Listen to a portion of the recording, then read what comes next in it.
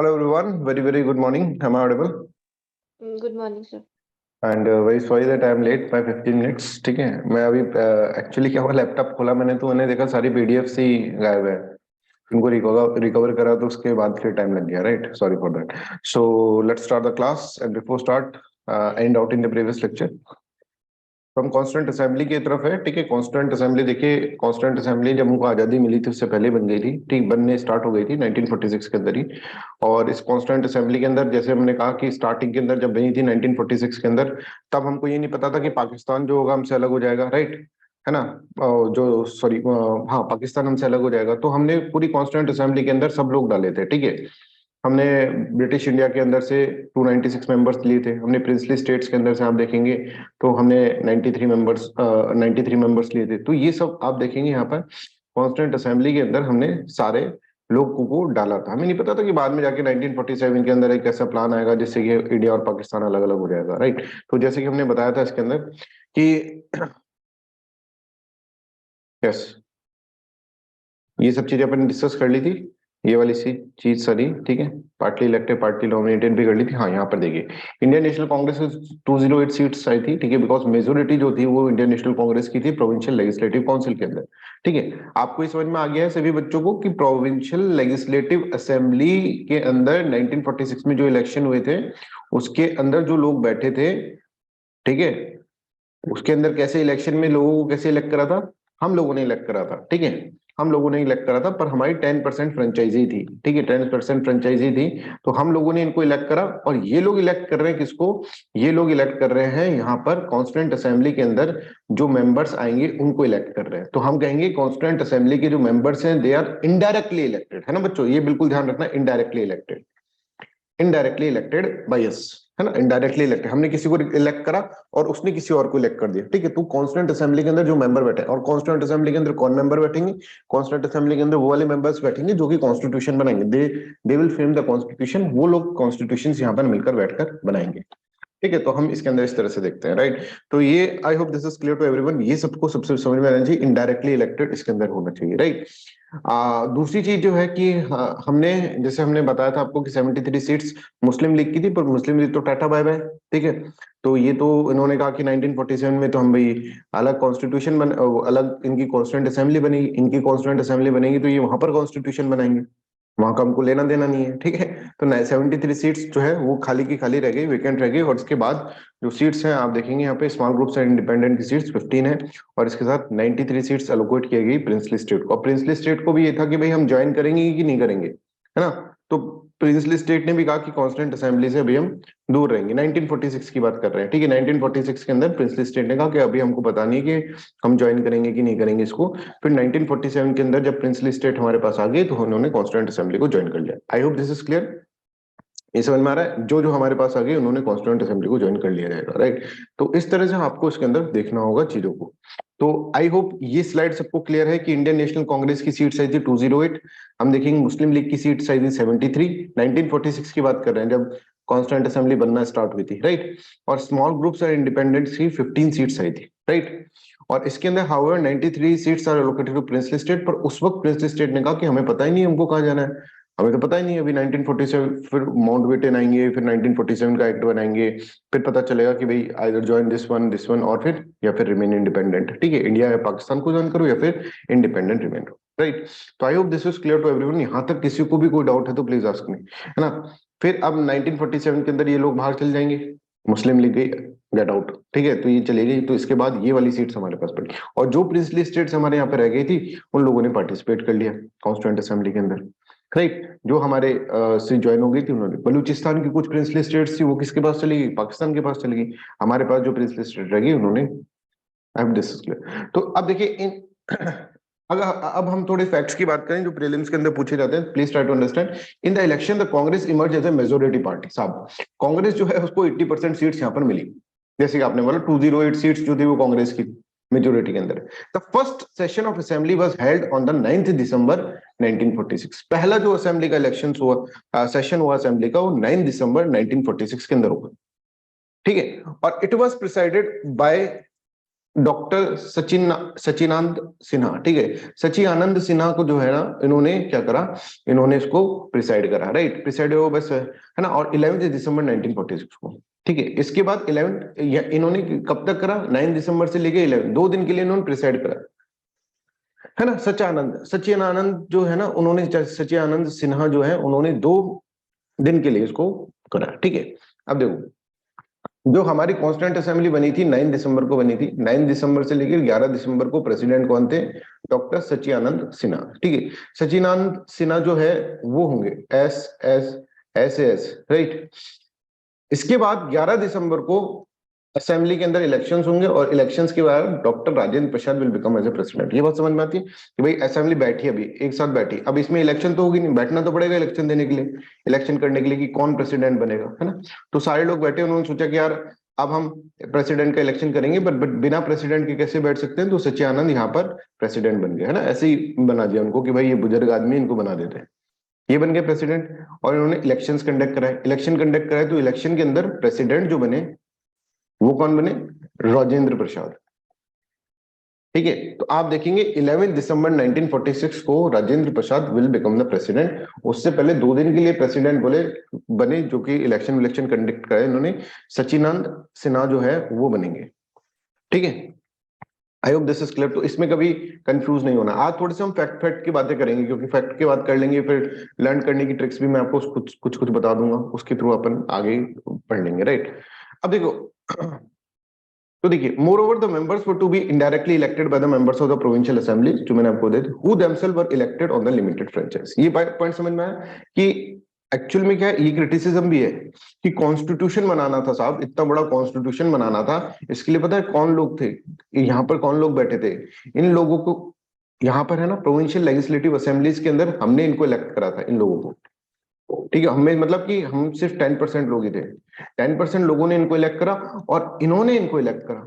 तो ये बहुत ही ज्यादा क्रिटिसिज्म है कि ये इनडायरेक्टली इलेक्टेड थे उन लोगों से जिनको सिर्फ 10% लोगों ने इलेक्ट करा है, ठीक है। तो यहां पर आप इसके अंदर समझ सकते हैं, representative of princely state were to be nominated by the head of the princely state. Representative जो होंगे प्रिंसली स्टेट के, उनको head of princely state, that's why elected as well as nominated, इसलिए बोला गया ना, इलेक्टेड भी है और नॉमिनेटेड भी है। तो आपसे पूछा जाए कॉन्स्टिट्यूंट असेंबली इलेक्टेड है कि नॉमिनेटेड है भाई, तो आप बोलेंगे बोथ। कॉन्स्टिट्यूंट असेंबली के अंदर जो मेंबर बैठे हैं वो इलेक्टेड भी हैं और नॉमिनेटेड भी हैं, ठीक है। यहां पर देखिए, हमने 80% सीट कांग्रेस की थी, Congress had overwhelming majority, but the Congress party had nominated several members from outside the party fold also, कि पार्टी के बाहर से भी उन्होंने क्या करा था, बहुत सारे जो लोग थे उनको उन्होंने अपॉइंट करा था, ठीक है, इलेक्ट करा था, राइट। तो यहाँ पर देखिए, कांग्रेस पार्टी ने बाहर के लोगों को भी कराया। यहाँ पर देखिए कि बहुत सारे ऐसे लोग हैं जो कि कांग्रेस के दृढ़ विरोधी हैं उस वक्त, कि कांग्रेस को देखना भी पसंद नहीं करता, पर कांग्रेस ने उनको भी डाला अपनी कॉन्स्टिट्यूंट असेंबली के अंदर। समझ में आ रहा है, डेमोक्रेसी इसको बोलते हैं भाई। डेमोक्रेसी का मतलब ये होना है कि भाई जो अपोजिशन है वो भी होना चाहिए, और हमारी कॉन्स्टिट्यूंट असेंबली के अंदर आप देखेंगे जो कांग्रेस के अपोजिशन में थे, ठीक है, डॉक्टर BR अम्बेडकर, समझ में आ रहा है, कांग्रेस के अपोजिशन में थे, उनको भी उसके अंदर डाला गया कॉन्स्टिट्यूंट असेंबली के अंदर। उनको भी एक बहुत बड़ा, उनको तो पूरा बहुत बड़ा काम दिया गया कि ड्राफ्टिंग कमेटी के चेयरमैन बनाया गया।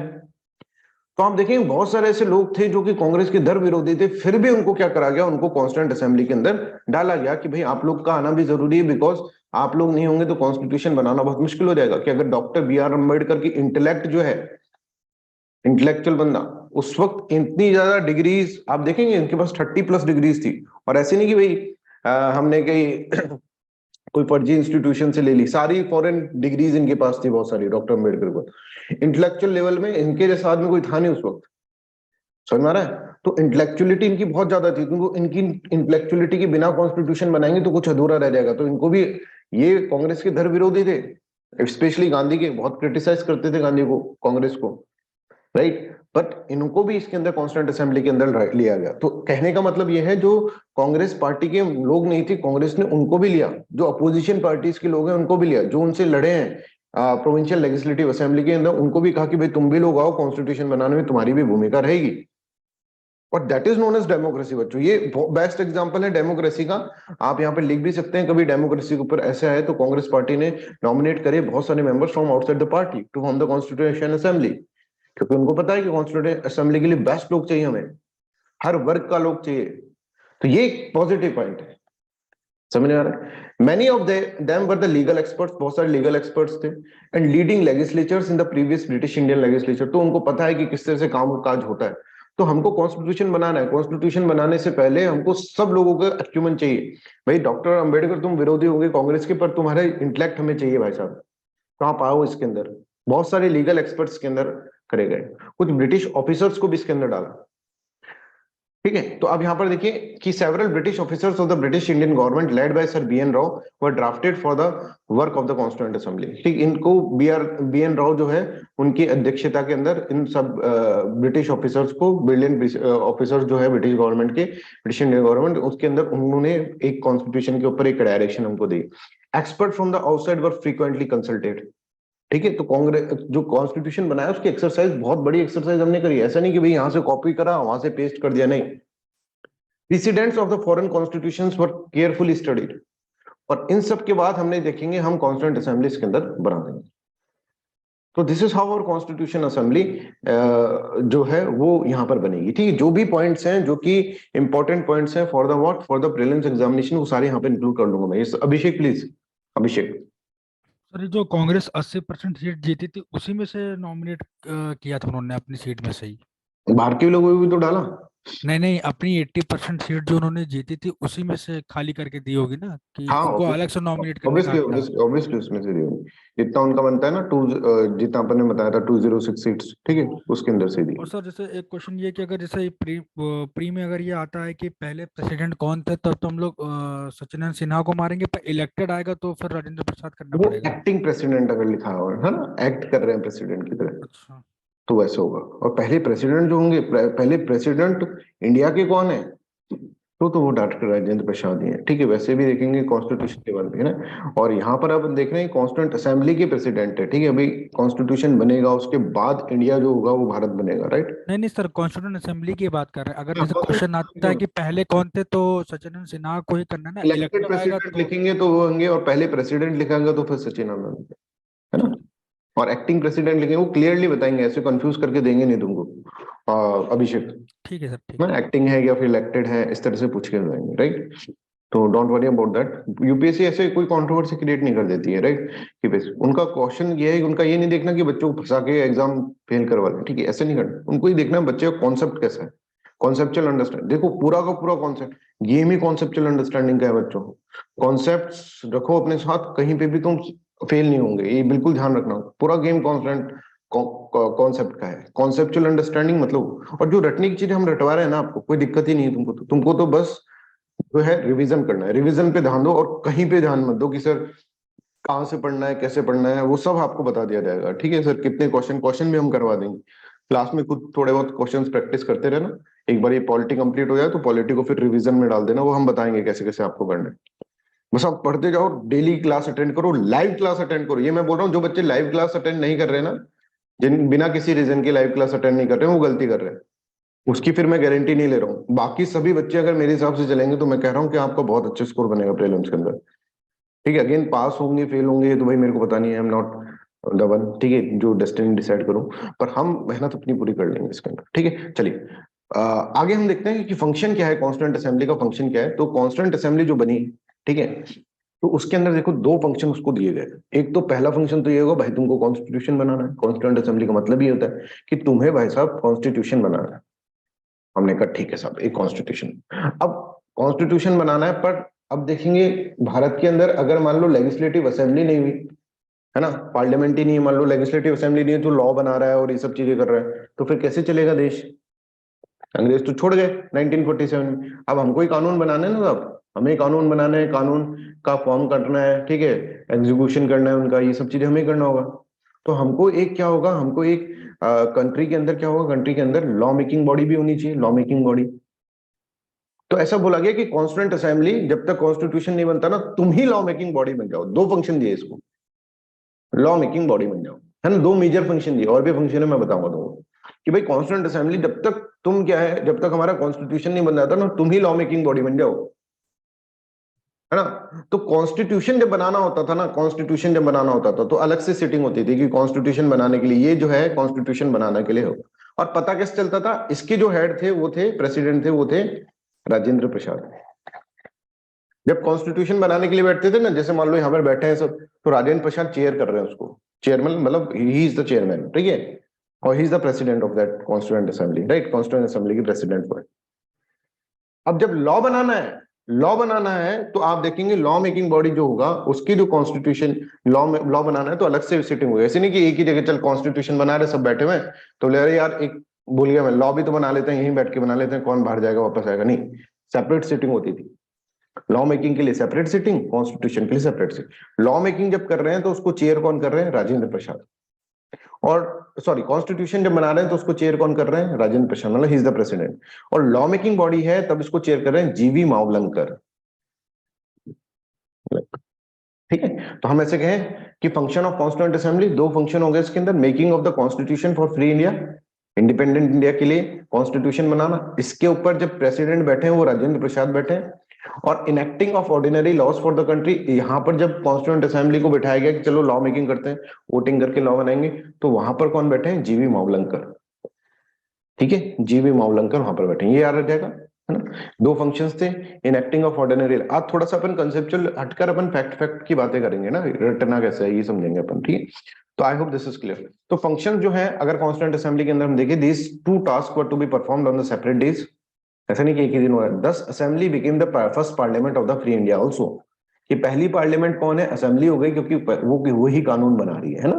क्योंकि हमको अभी कॉन्स्टिट्यूशन बनेगा, उसके बाद इलेक्शन होंगे, फिर जाके हमारे जो इलेक्शन होंगे उसके हिसाब से हमारे लोकसभा के अंदर मेंबर्स आएंगे, राज्यसभा के अंदर मेंबर्स आएंगे। बट जब तक तो लॉ तो बनाने पड़ेंगे भाई, बिना कानून के कुछ चलता है क्या, कानून बनाने पड़ेंगे। कानून कौन बनाएगा, तो भाई कॉन्स्टिट्यूएंट असेंबली से बोल दे भाई तू दो काम कर लेना, एक तो साहब कॉन्स्टिट्यूशन बना देना, दूसरा क्या है, लॉ बना देना।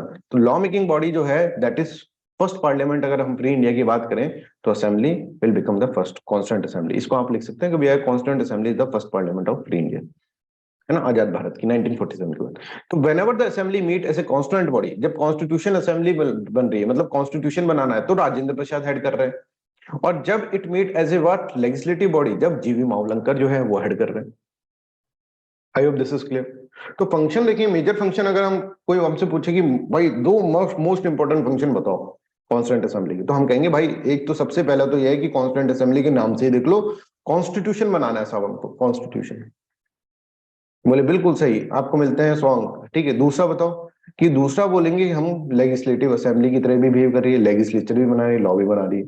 अच्छा, कॉन्स्टिट्यूशन बना रही है जब कौन हेड कर रहे हैं, डॉक्टर राजेंद्र प्रसाद, ठीक है। लेजिस्लेटिव असेंबली जब बना रही है, मतलब लेजिस्लेचर बना रही है, जब कौन कर रहे हैं, जीवी मावलंकर, लंकर, ठीक है। तो ये एक तरह से इस तरह की फोटो याद रख लो तो समझ में आ जाएगा। अब ये तो कुछ फंक्शंस थे इसके, है ना। और उसके अलावा फंक्शन, उसके अलावा फंक्शन जो है कॉन्स्टिट्यूएंट असेंबली का ये है, कॉन्स्टिट्यूशन असेंबली आते ही नेशनल फूड सिक्योरिटी एक्ट निकाला, क्योंकि फूड सिक्योरिटी की दिक्कत है, तो नेशनल फूड सिक्योरिटी एक्ट निकाला। अरे सर ये तो शायद कांग्रेस ने निकाला था, एनडीए गवर्नमेंट ने 2005 के अंदर, है ना। ये याद करने के लिए कर रहे हैं ना, एनएफएसए, ठीक है, एनएफएसए ऐसे याद कर लो। कॉन्स्टिट्यूएंट असेंबली ने आते ही नेशनल फूड सिक्योरिटी एक्ट निकाला नहीं है, ठीक है, लिख मत आना कहीं पर, ये सिर्फ याद करने के लिए। NFSA, NFSA, N for national, ठीक है, F for flag, S for song और ए फॉर एंथम, ट्रिक है ये। तो कॉन्स्टिट्यूएंट असेंबली में आते ही नेशनल फूड सिक्योरिटी, तो नेशनल फ्लैग, नेशनल सॉन्ग और नेशनल एंथम भी कौन बनाएगी, कॉन्स्टिट्यूएंट असेंबली बनाएगी। क्या हमारा नेशनल एंथम रहेगा, नेशनल सॉन्ग रहेगा, क्या हमारा नेशनल फ्लैग रहेगा, ये भी बनाएंगे, ठीक है। इसके अलावा कुछ मत कर देना, ठीक है। नेशनल फ्लैग इसलिए याद कराए एनएफएसए, नेशनल फ्लैग, ठीक है, नेशनल सॉन्ग, नेशनल एंथम, ठीक है। तो ये कौन कर रहा है, ये कॉन्स्टिट्यूएंट असेंबली, कि क्या हमारा नेशनल फ्लैग होगा, क्या नेशनल सॉन्ग होगा और क्या नेशनल एंथम होगा, ये भी डिसाइड कौन करेगी, कॉन्स्टिट्यूएंट असेंबली। तो एनएफएसए निकाला का मतलब समझ में आ गया, एनएफएसए का एन का मतलब नेशनल, एफ का मतलब फ्लैग, एक्स का मतलब सॉन्ग, ए का मतलब एंथम। और इससे क्या होगा, इससे अगर हम देखें तो एक तरह से अब याद ट्रिक बना रहे हैं। देखो आज का जो क्लास वो थोड़ा थोड़ा ट्रिक का ही रहेगा, है ना। तो ऐसे लिखते जाना, मजेदार क्लास है, बिल्कुल एंजॉय करके पढ़ो। आज तो कुछ पढ़ना ही नहीं है अपन को, समझो आज तुमको रटना है। उसमें सबसे ज्यादा टाइम लगता है वैसे तो, पर आज एक बार हम पढ़ लिए, जिंदगी भर रट गया, जिंदगी भर। अपने बच्चों को जब तुम पढ़ाओगे ना वो आईएएस बनेंगे, तो तुम ऐसी ट्रिक याद कराओगे उनको कि बच्चों कॉन्स्टिट्यूएंट असेंबली ने नेशनल फूड सिक्योरिटी एक्ट, तो बोलेंगे पापा ये तो ट्रिक बहुत मस्त है, ठीक है किसने बताई, तो मेरा नाम लेना फिर, ठीक है। तो लास्ट तक अपन रहेंगे, है ना, याद रखना मेरे को लास्ट तक। तो national flag, national song, national anthem, ठीक है। अब ये चीज क्या है, ये सब चीजों को एक एक लोगों को कॉमन थ्रेड से माननी है, कॉमन थ्रेड से, है ना। फंक्शन ऑफ कॉन्स्टिट्यूएंट असेंबली कर रहे हैं। कॉमन थ्रेड का मतलब क्या है, एक तरह से कॉमनवेल्थ की मेंबरशिप भी जो है ना, उसको भी रेटिफाइड करी कि हम कॉमनवेल्थ के मेंबर्स हैं, उसको भी रेटिफाइड करा कॉन्स्टिट्यूएंट असेंबली के, ठीक है। तो ओवरऑल हम देखें तो इसके अंदर 6 फंक्शन हो गए कॉन्स्टिट्यूएंट असेंबली के साथ। सबसे पहला तो कॉन्स्टिट्यूशन बनाना सब, ठीक है। दूसरा लेजिस्लेशन बनाना है, ठीक है। तीसरा नेशनल फूड सिक्योरिटी एक्ट, तीसरा, चौथा और पांचवा national food security, national flag, national song और नेशनल एंथम, ठीक है। और छठा जो है, सिक्स जो है, वो है कॉमनवेल्थ के अंदर रेटिफिकेशन करना। कॉमनवेल्थ के अंदर कि हम कॉमनवेल्थ के पार्टिसिपेट करेंगे, उसके लिए वोटिंग करना, और रेटिफिकेशन मतलब वोटिंग करके पास करना कि हाँ हम कॉमनवेल्थ के मेंबर हैं। कॉमनवेल्थ ग्रुप मैंने आपको बताया, ब्रिटिशर्स ने क्या करा था, ब्रिटिशर्स ने अपनी सारी कॉलोनीज को बोला कि यार हमने तुमको इतना, इतने सालों तक हमने तुम्हारे साथ इतना एक्सप्लॉयटेशन करा है, तो चलो एक ग्रुप बना के रखते हैं, तुमको कुछ एड वेड प्रोवाइड करेंगे उसके अंदर। तो India become the member of the Commonwealth also. ये सब चीजें आपको, ये 6 पॉइंट्स आपको इस तरह से आते हैं। I hope this is clear to everyone. तो यहाँ पर आपको ये सब चीजें क्लियर होंगी। It ratified the India's membership of the Commonwealth, Commonwealth के लिए इंडिया की मेंबरशिप जो है उसको इन्होंने रेटिफाइड करा, राइट, ठीक है। तो I hope this is clear to. तो अगर आपसे कुछ पूछे, कोई पूछे कि फंक्शन ऑफ कॉन्स्टिट्यूएंट असेंबली क्या है, तो वो 1 2 3 4 5 6 फंक्शंस आप उसको बता दिए। अब देखिए, अब हम जो पढ़ रहे हैं that is what, that is the committees, वो कमिटीज हम पढ़ रहे हैं, ठीक है। जस्ट गिव मी सेकंड, एक बार, एक जस्ट गिव मी सेकंड, है ना, 1 मिनट का ब्रेक ले लीजिए एक बार।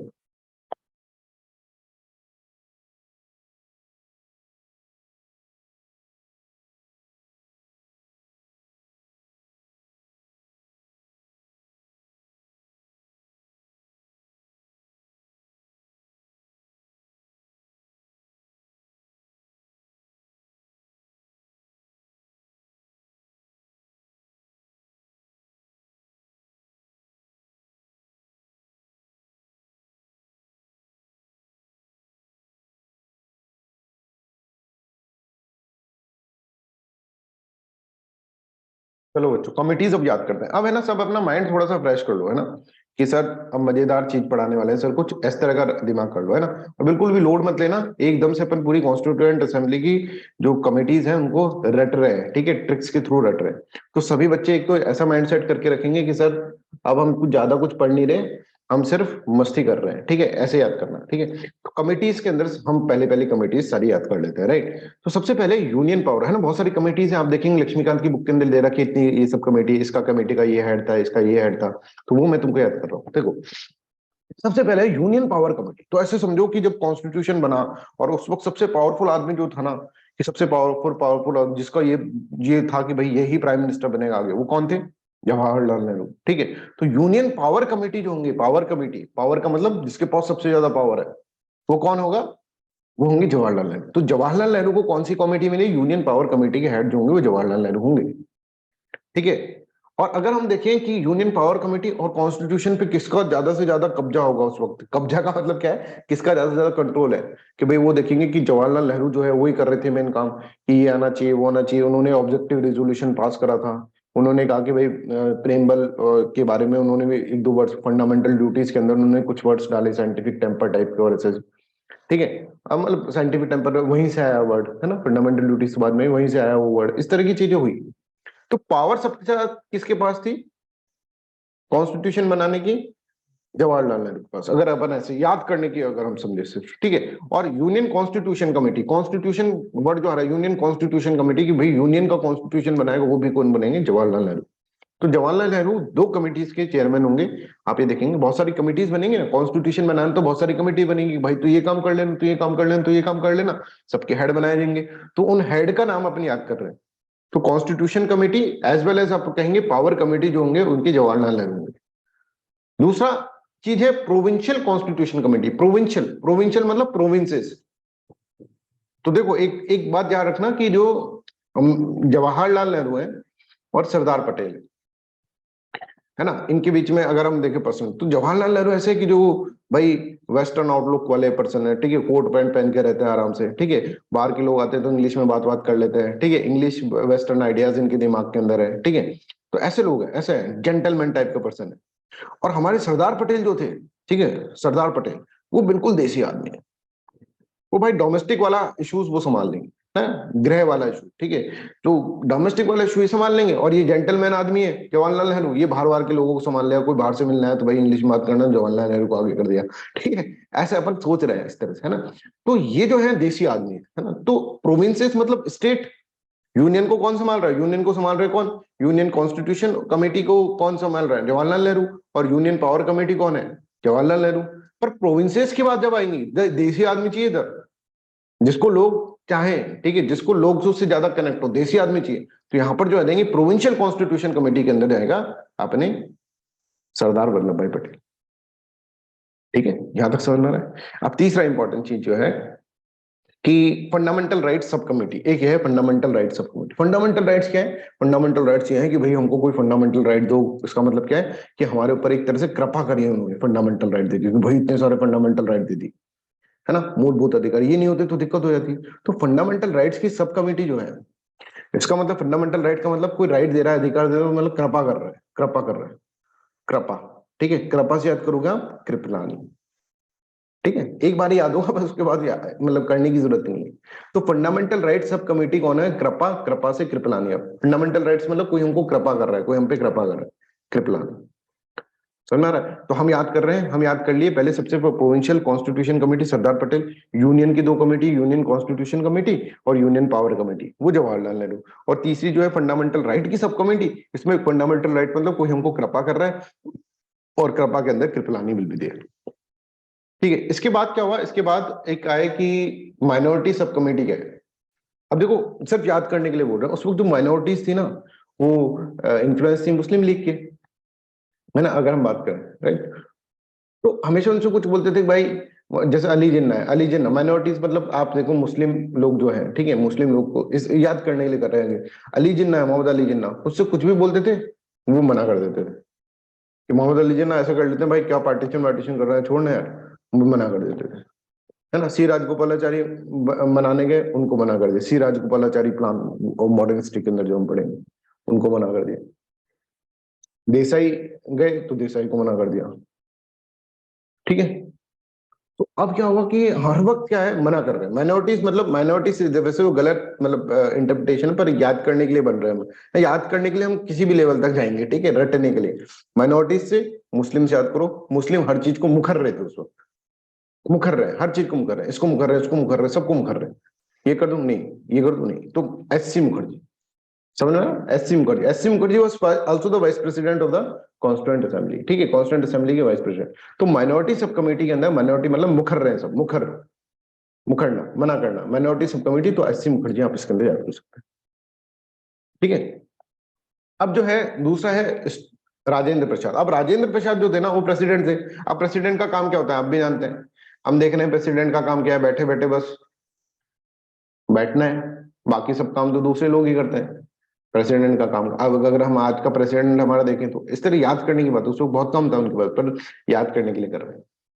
तो हमने सोचा कि भाई ये जो है प्रेसिडेंट, अब इनका क्या करें, ठीक है, ये बोल रहे हैं यार मैं भी बोर हो रहा हूँ बैठा बैठा, मुझे कुछ काम करो, ठीक है। तो इनको हमने कहा कि ठीक है, एक काम करते हैं सर, यहाँ पे बहुत सारा स्टाफ है, ठीक है, स्टाफ है, उस स्टाफ को आप कंट्रोल कर लो, उस स्टाफ को। अब स्टोरी की तरह याद रखो कि प्रेसिडेंट राजेंद्र प्रसाद है, राजेंद्र प्रसाद बैठे बैठे बैठे बोर हो रहे हैं, तो बोले मैं क्या करूं, मैं तो बहुत बोर हो रहा हूँ, है ना। तो राजेंद्र प्रसाद को हमने कहा कि साहब एक काम करो, आप स्टाफ को संभाल लो, है ना, बहुत इंटरेस्टिंग है कि स्टाफ को आप संभाल लो, और स्टाफ के फाइनेंस फाइनेंस को देख लेना, ठीक है। तो finance and staff committee doctor Rajendra Prasad, है ना, ऐसे याद करना, फाइनेंस एंड स्टाफ, ठीक है। तो हमने कहा कि भाई देखो यहाँ पर स्टाफ को संभाल लो सर, ये इतना सारा स्टाफ है, इसको आप संभाल लो। फिर मैं बोला यार स्टाफ को तो संभाल लिया, इसमें भी कोई ज्यादा मजाक की बात नहीं है, और कुछ बताओ तुम।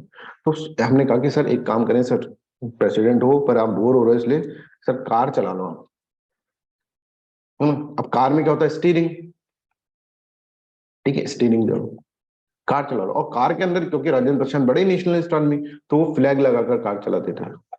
तो नेशनल फ्लैग, ठीक, स्टीयरिंग याद हो जाएगा, है ना, नेशनल फ्लैग और स्टीयरिंग। अब इनसे ऐसे बोला गया, इन्होंने क्या करा, इन्होंने सोचा कि अब क्या, और फिर ये वापस बोर हो गए, इनको बोला कि यार अब क्या करें। तो सर एक काम करो, आप क्या करो, रूल्स बनाओ कि कैसे स्टाफ को रहना चाहिए, कैसे कार चलानी चाहिए, इन सब के रूल बनाओ, ठीक है। तो एक तो स्टाफ से याद कर, राजेंद्र प्रसाद को नाम याद करोगे तो ऐसे करें, राजेंद्र प्रसाद प्रेसिडेंट, प्रेसिडेंट आदमी के पास बहुत टाइम रहता है, ठीक है, उसको ज्यादा कुछ करना नहीं होता, ऐसे समझो, है ना, याद करने के लिए। तो राजेंद्र प्रसाद से, क्योंकि आपको बचपन से सिखाया गया कि Rajendra Prasad is equal to president, है ना, तो राजेंद्र प्रसाद को देखते ही प्रेसिडेंट याद आएगा, है ना, इस तरह से ट्रिक बनाई गई है, राइट। बचपन से हमने ये सीखा है, Rajendra Prasad is equal to first president of India, ठीक है। तो राजेंद्र प्रसाद प्रेसिडेंट, ये याद आ जाएगा। प्रेसिडेंट के पास ज्यादा काम नहीं रहता, ये याद आ जाएगा। काम नहीं रहता तो उसने बोला कि भाई मैं खाली बैठा क्या करूँ, तो उनको बोला कि साहब आप स्टाफ संभाल लो, स्टाफ का फाइनेंस वाइनेंस देख लेना, बोले ठीक है। फिर उसने बोला आप टाइम, और तो बोले कि सर आप कार चला लो। कार इन्होंने चला ली, कार के अंदर स्टीयरिंग होता है तो स्टीयरिंग कमेटी याद आ जाएगा। फिर कार के आगे उन्होंने फ्लैग लगाया, भारत का झंडा लगाया, तो नेशनल फ्लैग याद रहेगा, ठीक है। फिर उनको उन्होंने बोला कि साहब मैं कानून भी बनाऊंगा, रूल और प्रोसीजर्स भी बनाऊंगा, तो रूल और प्रोसीजर्स कैसे रहेंगे, ठीक है, कॉन्स्टिट्यूशन के अंदर, है ना। तो वो rule of procedure committee, rule of procedure committee की प्रोसीजर के क्या रूल रहेंगे, वो सब चीजें भी इसके अंदर इसने करी। तो याद हो जाएगा, डॉक्टर राजेंद्र प्रसाद से क्या याद है, स्टीयरिंग कमेटी, कार चलाई, ठीक है। दूसरा ad hoc committee on the national flag, car के आगे फ्लैग लगा हुआ है, इमेज याद आ जाएगी, ठीक है। तीसरा इंपॉर्टेंट है finance and staff committee, bore हो रहे हैं क्या करें, तो इनका स्टाफ स्टाफ देख लो साहब, फाइनेंस और staff. Rules of procedure committee, rules of procedure committee भी इसके अंदर इस तरह से कर दी, समझ में आ रहा है। Yes Abhishek please. सर जैसे किसी में सब कमिटीज लिखा है, किसी में कमिटीज लिखा है, मतलब ये क्या वो है, जैसे सब कमेटी की जो उसकी है ना, देखिए यहाँ पर देखो, जैसे यहाँ पर अगर आप देखोगे इसके अंदर माइनॉरिटी सब कमेटी लिखा हुआ है ना, तो माइनॉरिटीज की कमेटी थी, ठीक है, उसके अंदर छोटी छोटी कमेटीज और बनी हुई है, तो माइनॉरिटी सब कमेटी इस तरह से लिखा हुआ है। अभिषेक, अच्छा सर, तो मेन कमेटी को कोई और हेड कर रहा होगा, मतलब जो आप मेन बता रहे कमेटी को हेड कर रहा होगा, पर वो मैंने इसके अंदर इंक्लूड नहीं करा है। हो। ठीक है सर, ठीक है। ठीक है, अब I hope this is clear to everyone. तो आपसे कहें कि आपको राजेंद्र प्रसाद, तो राजेंद्र प्रसाद से सीधे आपको याद आएगा स्टाफ, तो सर स्टाफ कमेटी हो जाएगा, वो स्टाफ का फाइनेंस फाइनेंस देखते थे, ठीक है। दूसरा आपको याद आएगा कार, कार जिसका कि झंडा लग रहा है, तो स्टीयरिंग, कार से याद आएगा स्टीयरिंग, ठीक है। तो देखो ट्रिक्स कैसे बनाओ, जब तुम बनाओगे तो सबसे पहले देखो उस आदमी से क्या याद आ रहा है तुमको, सबसे पहले वो कनेक्ट करो, एग्जाम में वही कनेक्ट हो पाए। राजेंद्र प्रसाद से तुम्हें प्रेसिडेंट ही याद आएंगे, फिर कहानी अपने आप बन जाएगी। प्रेसिडेंट खाली बैठे थे, उनको स्टाफ संभालने को बोल दिया, स्टाफ संभालने के बाद उनको बोला कि भाई तुम कार चला लो, कार के आगे झंडा लग रहा है, कार की फोटो आ जाएगी, इमेज आ जाएगी याद, ठीक है। और उसके अंदर स्टीयरिंग है तो स्टीयरिंग कमेटी, फ्लैग कमेटी के हो जाएंगे। फ्लैग कमेटी के बाद फिर कहा जाएगा कि भाई वो बोर हो रहे हैं तो रूल ऑफ प्रोसीजर कमेटी कर देंगे। तो ये सारी कमेटी जो है, ये सारी कमेटीज राजेंद्र प्रसाद की, डॉक्टर राजेंद्र प्रसाद की, ठीक है। अब क्या होता है, दूसरी एक कमेटी आती है, committee on the functions of the constitution assembly की, फंक्शन क्या रहेंगे कॉन्स्टिट्यूशन असेंबली के। सर फंक्शन, फंक्शन में आया है सर हमको याद, खाना, ठीक है, फंक्शन के अंदर खाना, सर शादी के अंदर खाना खाए बहुत दिन हो गए, फंक्शन मतलब कोई फंक्शन हो रहा है उसके अंदर खाना। अब सर हर कोई भी फंक्शन में चल जाओ सर, सबसे जो कॉमन चीज होगी हर फंक्शन के अंदर, छोटे से छोटा बड़ा से बड़ा, सर मिठाई तो होती है, और मिठाई के अंदर क्या यूज होते हैं, मावा, है ना। तो फंक्शन से अपन ये याद करेंगे, फंक्शन से अपन याद करेंगे मावा, है? और मावा से याद क्या होगा आपको, Mavalankar. Committees on the function of the constituent assembly, इसके अंदर क्या होगा, इसके अंदर ये मावलंकर आपको याद रहेगा, मावा से याद कर लेना, मावा से मावलंकर, है ना। फंक्शन से याद करोगे, फंक्शन से खाना याद आ जाएगा तुम्हें, खाने से याद आ जाएगा वही मिठाई, मिठाई के अंदर तो ये सुनना। Next is order of the business committee, business sir, sir business कौन करता है हमारे देश के अंदर, हमारे देश के अंदर सर बिजनेस जो होता है मुंशी आदमी करता है सर, मुंशी, बिजनेसमैन का एक मुंशी होता है ना, वो सारे रिकॉर्ड रिकॉर्ड मेंटेन करता है। तो बिजनेस से याद करोगे आप मुंशी, और यहाँ पे हो जाएगा के मुंशी, ठीक है। I hope this is clear, के मुंशी, ठीक है। तो हम याद कर रहे हैं बिजनेस कमेटी, के मुंशी याद हो गया, फंक्शन से याद हो गया अपन को मावलंकर, बिल्कुल याद हो जाएगा, ऐसा नहीं कि सर ये नहीं हो पाएगा, याद हो जाएगा, याद मैं बता रहा हूँ, है ना। राजेंद्र प्रसाद से याद आ गई वो स्टोरी, एक स्टाफ दिखा, एक कार दिखी, कार के आगे फ्लैग दिखा, स्टीयरिंग दिखा कार का, हो गया काम, रूल और प्रोसीजर आपको याद रखना, ठीक है। फिर हमने देखा प्रोविंशियल, प्रोविंशियल मतलब प्रोविंसेस है, उसमें देसी आदमी चाहिए साहब हमको, तो कौन आएंगे, सरदार पटेल आएंगे, ठीक है सब, ये सब सही हो गया। यूनियन पावर और यूनियन कॉन्स्टिट्यूशन कमेटी जो है उसके अंदर अपन क्या कर लेंगे, उसके अंदर हम जवाहरलाल नेहरू को डाल देंगे, ठीक है। अब सबसे इंपॉर्टेंट है हाउस कमेटी, हाउस घर, ठीक है। एक आइडियल फैमिली क्या होती है, आइडियल फैमिली क्या होती है, अगर हिंदू कल्चर के अंदर देखें तो हमको सबसे आइडियल फैमिली याद आएगी भाई, कि जिसमें लॉर्ड राम जैसा पति हो और सीता जैसी है ना, सीता माता जैसी क्या हो, वाइफ हो। यही आइडियल फैमिली हो जाएगी, राम और सीता, जिसके अंदर पिता भी हो, भाई भी हो, हाउस कमेटी। तो यहाँ पर क्या याद आएगा आपको, इस फोटो से याद कर लें, ठीक है, रामायण की फोटो। भाई आइडियल फैमिली तो होगी ना, राम और सीता, हस्बैंड और वाइफ ऐसे मिल जाए तो उससे आइडियल फैमिली हो ही नहीं सकती। पिता भी है, भाई भी है, तो भाई पत्ता भी सीता रमैया, राइट। इस तरह से हमने याद कर लिया कि हाउस कमेटी से आपको ये इमेज याद आनी चाहिए, और पत्ता भी सीता रमैया। पहली बार आप मतलब पहली बार हम ऐसे ट्रिक्स बनाकर आपको बता रहे हैं इस क्लास के अंदर, तो चीजें समझो, ये ट्रिक्स आप भी बना सकते हैं, ठीक है। और इसके अंदर थोड़ा बहुत अपन को क्या करना है, थोड़ा बहुत दिमाग लगाना होता है। बहुत टाइम लगता है वैसे दिमाग लगाओ, चलो मैं बना दूंगा तुम्हारे लिए, है ना, कोई भी रटने वाली चीज होगी मैं बना के दे दूंगा आपको, ठीक है, डोंट वरी। तो जो आप बार बार पढ़ते हैं और बार बार में आपका टाइम वेस्ट होता है उससे, वो एक बार में याद कर लेंगे, ठीक है। अब आता है ड्राफ्टिंग कमेटी, है ना। I hope this is clear to everyone, यहाँ तक सबको क्लियर है। ड्राफ्टिंग कमेटी, अब ड्राफ्टिंग कमेटी के अंदर क्या है कि ड्राफ्टिंग कमेटी के अंदर भैया अपन को एक तो याद है कि डॉक्टर बी आर अम्बेडकर जो है चेयरमैन है, ठीक है, ये तो अपन को याद है। अब ड्राफ्ट कर रहे हैं, ड्राफ्ट कर रहे हैं, तो हमें ना किसी ऐसे आदमी की चाहिए होगी जरूरत, जो कि बहुत ही ज्यादा जो है ना, बहुत ही ज्यादा जिसके अंदर ज्ञान है ना, ड्राफ्ट कर रहे हैं तो ज्ञान है। जो अगर हम देखें कि हमारे जो है बहुत बड़ा उन्होंने एक ग्रंथ उनके कारण हमको मिल गया है, ठीक है, जिसके अंदर पूरा पूरा ज्ञान है, सारी फिलोसफी जिसके अंदर है, ठीक है। एक ऐसे आदमी जो डिप्लोमेसी के अंदर बहुत ज्यादा स्ट्रांग है, ठीक है, डिप्लोमेसी के अंदर बहुत ज्यादा स्ट्रांग है, जो कि अगर जाते हैं तो कहीं पे भी अगर दूत बनकर जाएंगे तो डिप्लोमेसी की एक चरम सीमा में पहुंच जाएंगे। बोले 5 गांव दे दो हमें बस, रखो अपनी धरती तमाम, ठीक है, 5 गांव दे दो हमें सिर्फ 5 गांव, रखो अपनी धरती तमाम, ठीक है, इस तरह से कह देंगे। जो सबसे बड़े राइवल्स है पांडव और दुर्योधन, ठीक है, पांडव और वो जो कौरव है, उनके बीच में एक तरह से मध्यस्थता जो करा सकते हैं, ऐसा कुछ होना चाहिए ड्राफ्टिंग कमेटी को। और इससे हमको क्या आता है, लॉर्ड कृष्ण, कृष्ण याद आते हैं, ठीक है। अब कृष्ण के अलग अलग नाम है, कृष्ण को हम गोपाल भी बोलते हैं, गोपाला, है ना, गो की पालना करने वाला गोपाल, ठीक है। कृष्ण को हम कृष्ण भी बोलते हैं, यस सर, कृष्ण, ठीक है। और कृष्ण को अगर हम देखेंगे माधव भी बोलते हैं, माधव, ठीक है। तो कृष्ण को गोपाल भी बोलते हैं, कृष्ण भी बोलते हैं, माधव भी बोलते हैं, समझ में आ रहा है। तो ड्राफ्ट करने के लिए हमें कोई ऐसा डिप्लोमेट चाहिए भयंकर वाला, ऐसा चाहिए जिसके अंदर ज्ञान की कमी ना हो, जो लॉर्ड कृष्णा हो साक्षात, तो कृष्ण।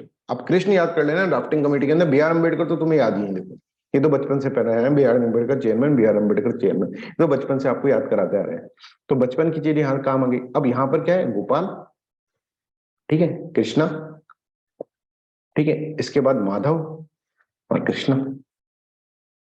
क्या है, रटना है, तो रट रट के अपना दिमाग क्यों खराब करना है, ये हो गया ना। ड्राफ्टिंग कमेटी से सिर्फ कृष्ण को याद कर लो, उद्धार हो जाएगा तुम्हारा। अब ड्राफ्टिंग कमेटी है, उसके लिए भाई एक बिजनेस आदमी, बिजनेस माइंडेड आदमी चाहिए, कि मुंशी हो गया। अब सबने कहा कि भाई कृष्णा कृष्णा कृष्णा कर रहे हो तुम, तो सेकुलरिज्म क्या ऐसे करो, तो मोहम्मद को भी ले लिया हमने, प्रॉफिट मोहम्मद,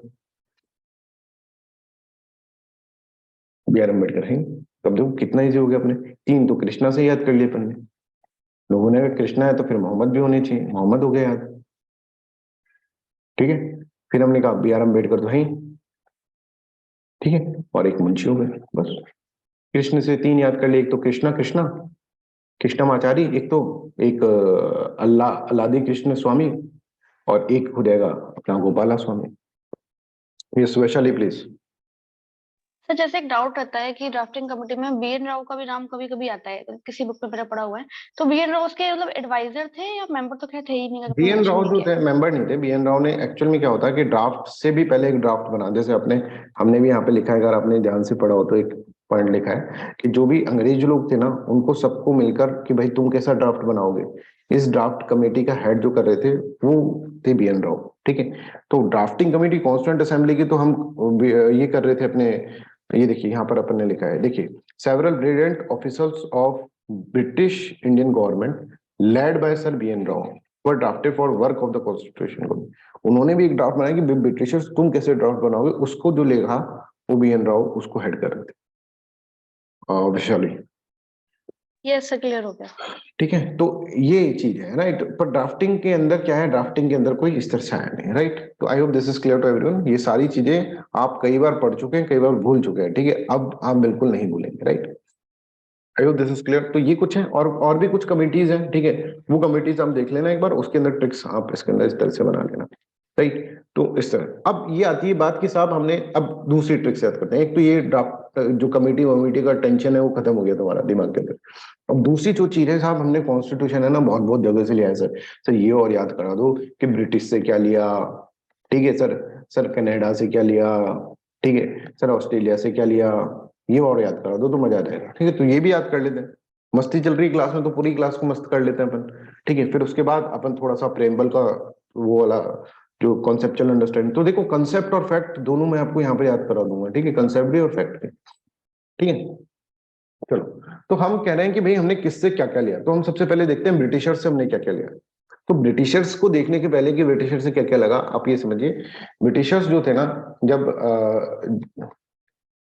है ना, ब्रिटिशर्स जो जा रहे थे ना, ठीक है, तो ये समझो ब्रिटिशर्स जो जा रहे थे वो कैब से जा रहे थे। कैब मंगाई इन्होंने कि साहब हम चलते हैं, हम अब कैब से चलते हैं हम, ठीक है। तो जवाहरलाल नेहरू उनसे बोले कि यार भाई तूने है ना हमको 200 साल रूल कराया है, तुम ऐसे निकल जाओगे ऐसे बिना इसके, कुछ तो देके जाओ यार, कुछ तो देके जाओ। तो बोले क्या चाहिए, बोले कैमरा चाहिए मुझे, मुझे कैमरा चाहिए, ठीक है, तो मुझे कैमरा चाहिए। क्योंकि अब उन्होंने कहा कि यार नहीं हम नहीं दे रहे, तो जवाहरलाल नेहरू ने क्या करा, रट लगा ली, रट रट लगा ली, रटने लगे, रट रट लगा ली, भाई हमको, मेरे को कैमरा दे, मेरे को कैमरा दे, मेरे को कैमरा दे, मेरे को कैमरा चाहिए।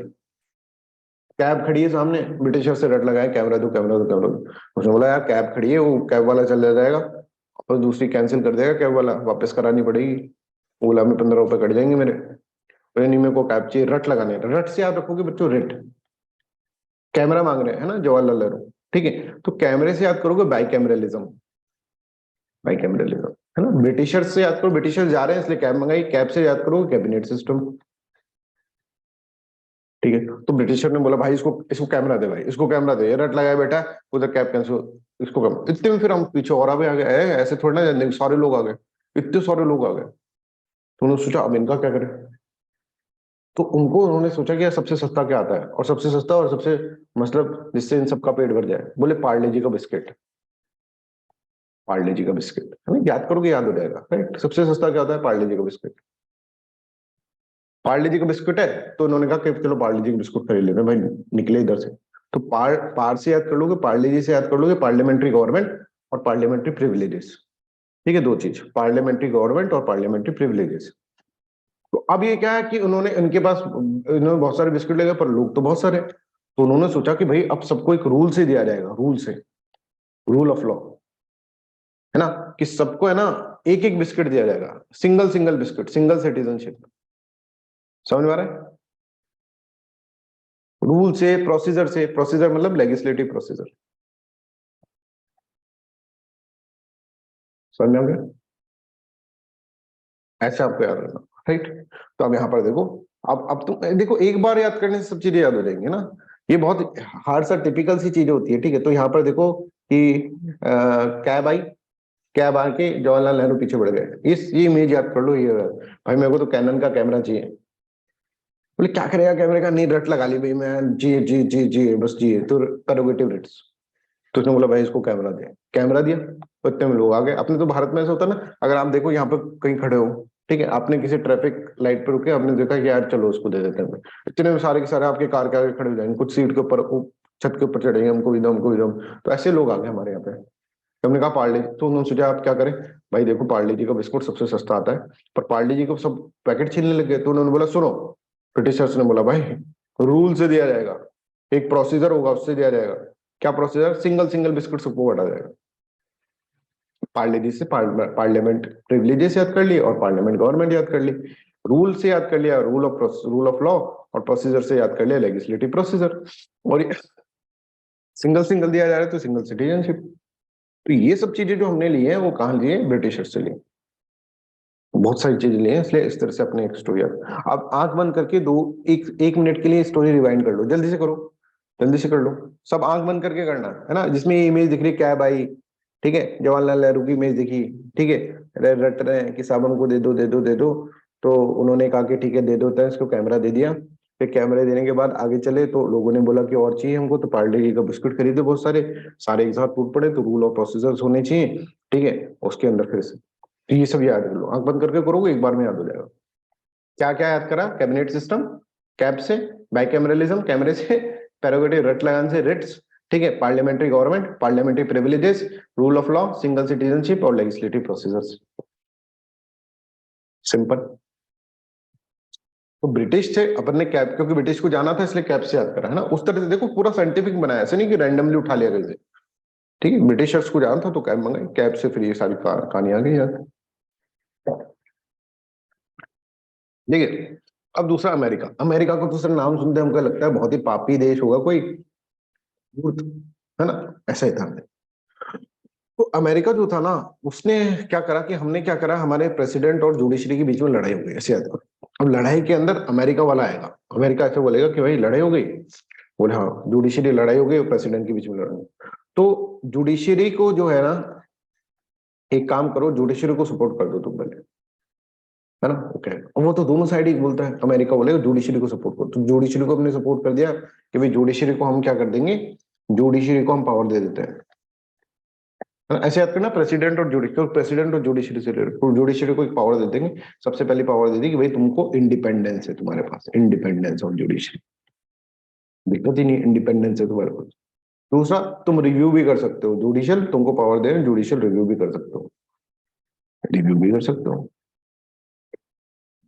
प्रेसिडेंट नाराज हो रहा, प्रेसिडेंट बोल रहा यार ये क्या है, तो कि तुम लोग इंडिपेंडेंस दे दी, उसको जुडिशियल रिव्यू दे दी ना, प्रेसिडेंट याद हो रहा है।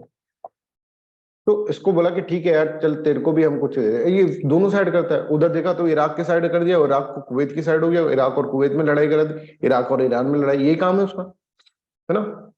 तो यहाँ पर अगर हम देखें तो उसको बोला कि ठीक है तू एक काम कर, तेरे को एक असिस्टेंट दे देते हैं, वाइस प्रेसिडेंट, ठीक है, खुश वाइस प्रेसिडेंट, बोले हाँ ठीक है। अच्छा और तेरे को एक और चीज दे देता हूँ, इनको भी पावर दे रहे हैं, इनको भी दे रहे हैं, है ना। अमेरिका से याद करोगे, है ना, प्रेसिडेंट वर्सेस जुडिशरी से याद करना है अमेरिका से। अमेरिका के अंदर क्योंकि प्रेसिडेंशियल सिस्टम होता है ना, तो प्रेसिडेंट, ठीक है, जुडिशरी और प्रेसिडेंट, हमेशा जुडिशरी और प्रेसिडेंट उसमें लड़ते भी रहते हैं अमेरिका में, ऐसे भी याद कर सकते हो।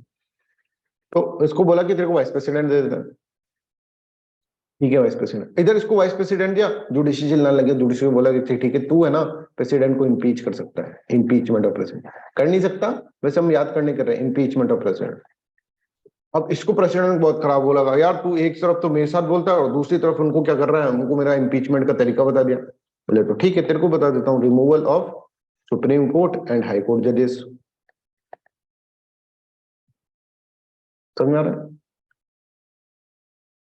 ये सब समझ में आ रहा है। और फिर अब जुडिशरी में बोला कि यार ये क्या मतलब है, तो जुडिशरी से बोला कि जुडिशरी तुमको एक, मैं तुमको एक टेक्निकल बताता हूँ, देखो लोग इंपॉर्टेंट है, लोगों के पास फंडामेंटल राइट्स हैं, फंडामेंटल राइट्स के प्रणेता तुम, मतलब फंडामेंटल राइट्स किसी का वायलेट हो तो तुम उसको नल एंड वाइड कर सकते हो, लोगों के साथ रहो, फंडामेंटल बांटो उनको।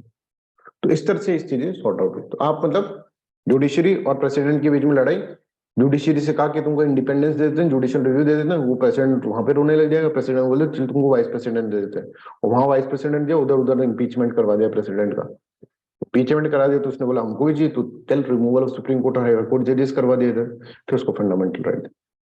ठीक, थोड़ा सा अलग है, मतलब थोड़ा सा याद करना पड़ेगा, बाकी ठीक है। ठीक है, America, president versus judiciary, fundamental rights, independence of judiciary, judicial review, impeachment of president, removal of supreme court and high court, और post of vice president.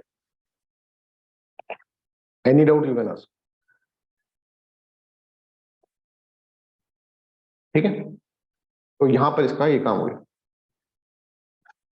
Sorry, ठीक है, तो यहां पर ये काम हो गया। अब नेक्स्ट जो है ना इंपॉर्टेंट, वो है डीपीएसपी। कि डीपीएसपी मतलब, डीपीएसपी का मतलब क्या होता है, डीपीएसपी का मतलब होता है आई विश कि ऐसा होता है ना, कॉन्स्टिट्यूशन बोलता है ना कि हम चाहते हैं कि स्टेट तुम ऐसा करो, I wish, I wish, I wish ऐसा होता है, आई विश ऐसा होता है, और डीपीएसपी के अंदर इस तरह से बोलने लग गया कि काश ऐसा होता, काश ऐसा होता, काश ऐसा होता, आई विश, काश हो। तो आई विश को आयरिश अपन बोल सकते हैं, आई विश से आयरिश, ठीक है, आई विश आयरिश, ठीक है। तो आयरिश को याद करो आइविश से, है ना, आयरिश को आइविश। अच्छा, हम जब वो होते हैं छोटे बच्चे होते हैं तो हमसे कई बार कौन ऐसे ऐसे लिखा था कि अगर मैं भारत का पहला प्रधानमंत्री होता तो, अगर मैं ये होता तो, अगर मैं वो होता तो, ऐसे लिखा था ना। तो हम ऐसे विश कर रहे हैं, आई विश कि मैं काश मैं राजा होता, अगर मैं राजा होता तो मैं क्या क्या करता, I am Raja. I wish से आयरिश की आप हैं कि यार काश मैं राजा महाराजा होता, मेरे 2-3 सर्वेंट होते, मेरे 2-3 नहीं बहुत सारे सर्वेंट होते, एक सेनापति होता, सेनापति को कभी भी मार दिया थप्पड़ के, ऐसे क्यों करा तूने, ठीक है, कभी भी तलवार निकाल के मार दिया किसी को, राइट, महाराज की जय हो नहीं बोला लो, ठीक है। तो आई विश कि मैं राजा होता, राजा का राज्यसभा, राजा का राज्यसभा से याद करो। तो यहाँ पर देखो आई विश आई एम राजा, राजा को राज्यसभा से इस तरह से याद करो, महाभारत का सीन है, ठीक है। Nomination of member of Rajya Sabha,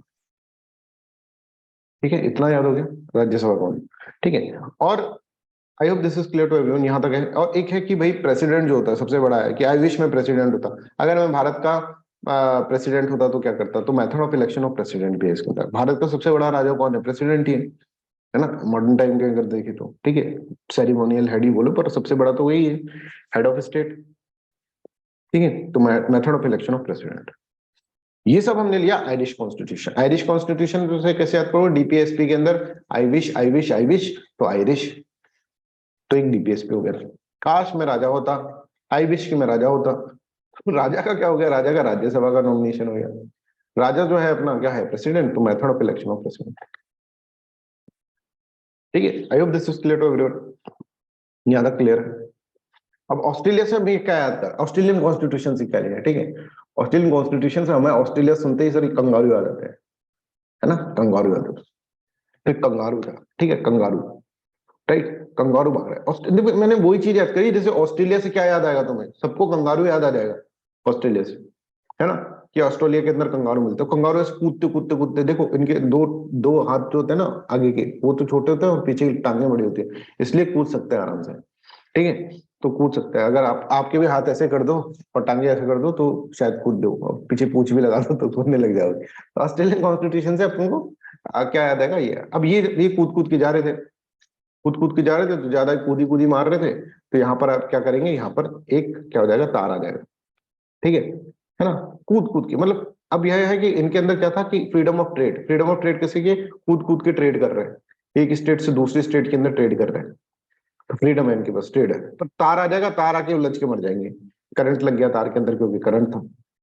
तो मतलब ये कूद कूद के ट्रेड कर रहे हैं, समझो, कूद कूद के ट्रेड कर रहे हैं। ट्रेड कैसे कर रहे हैं कि भाई एक स्टेट है, ये एक स्टेट है, दूसरी स्टेट है, तो एक स्टेट से दूसरी स्टेट में फ्रीडम ऑफ ट्रेड होना चाहिए, है ना, तो ऐसे कूद के कर रहे हैं कि स्टेट के अंदर। तो यहाँ पे भी एक स्टेट ने दूसरी स्टेट ने, यहाँ पे मान लीजिए राजस्थान था, यहाँ पे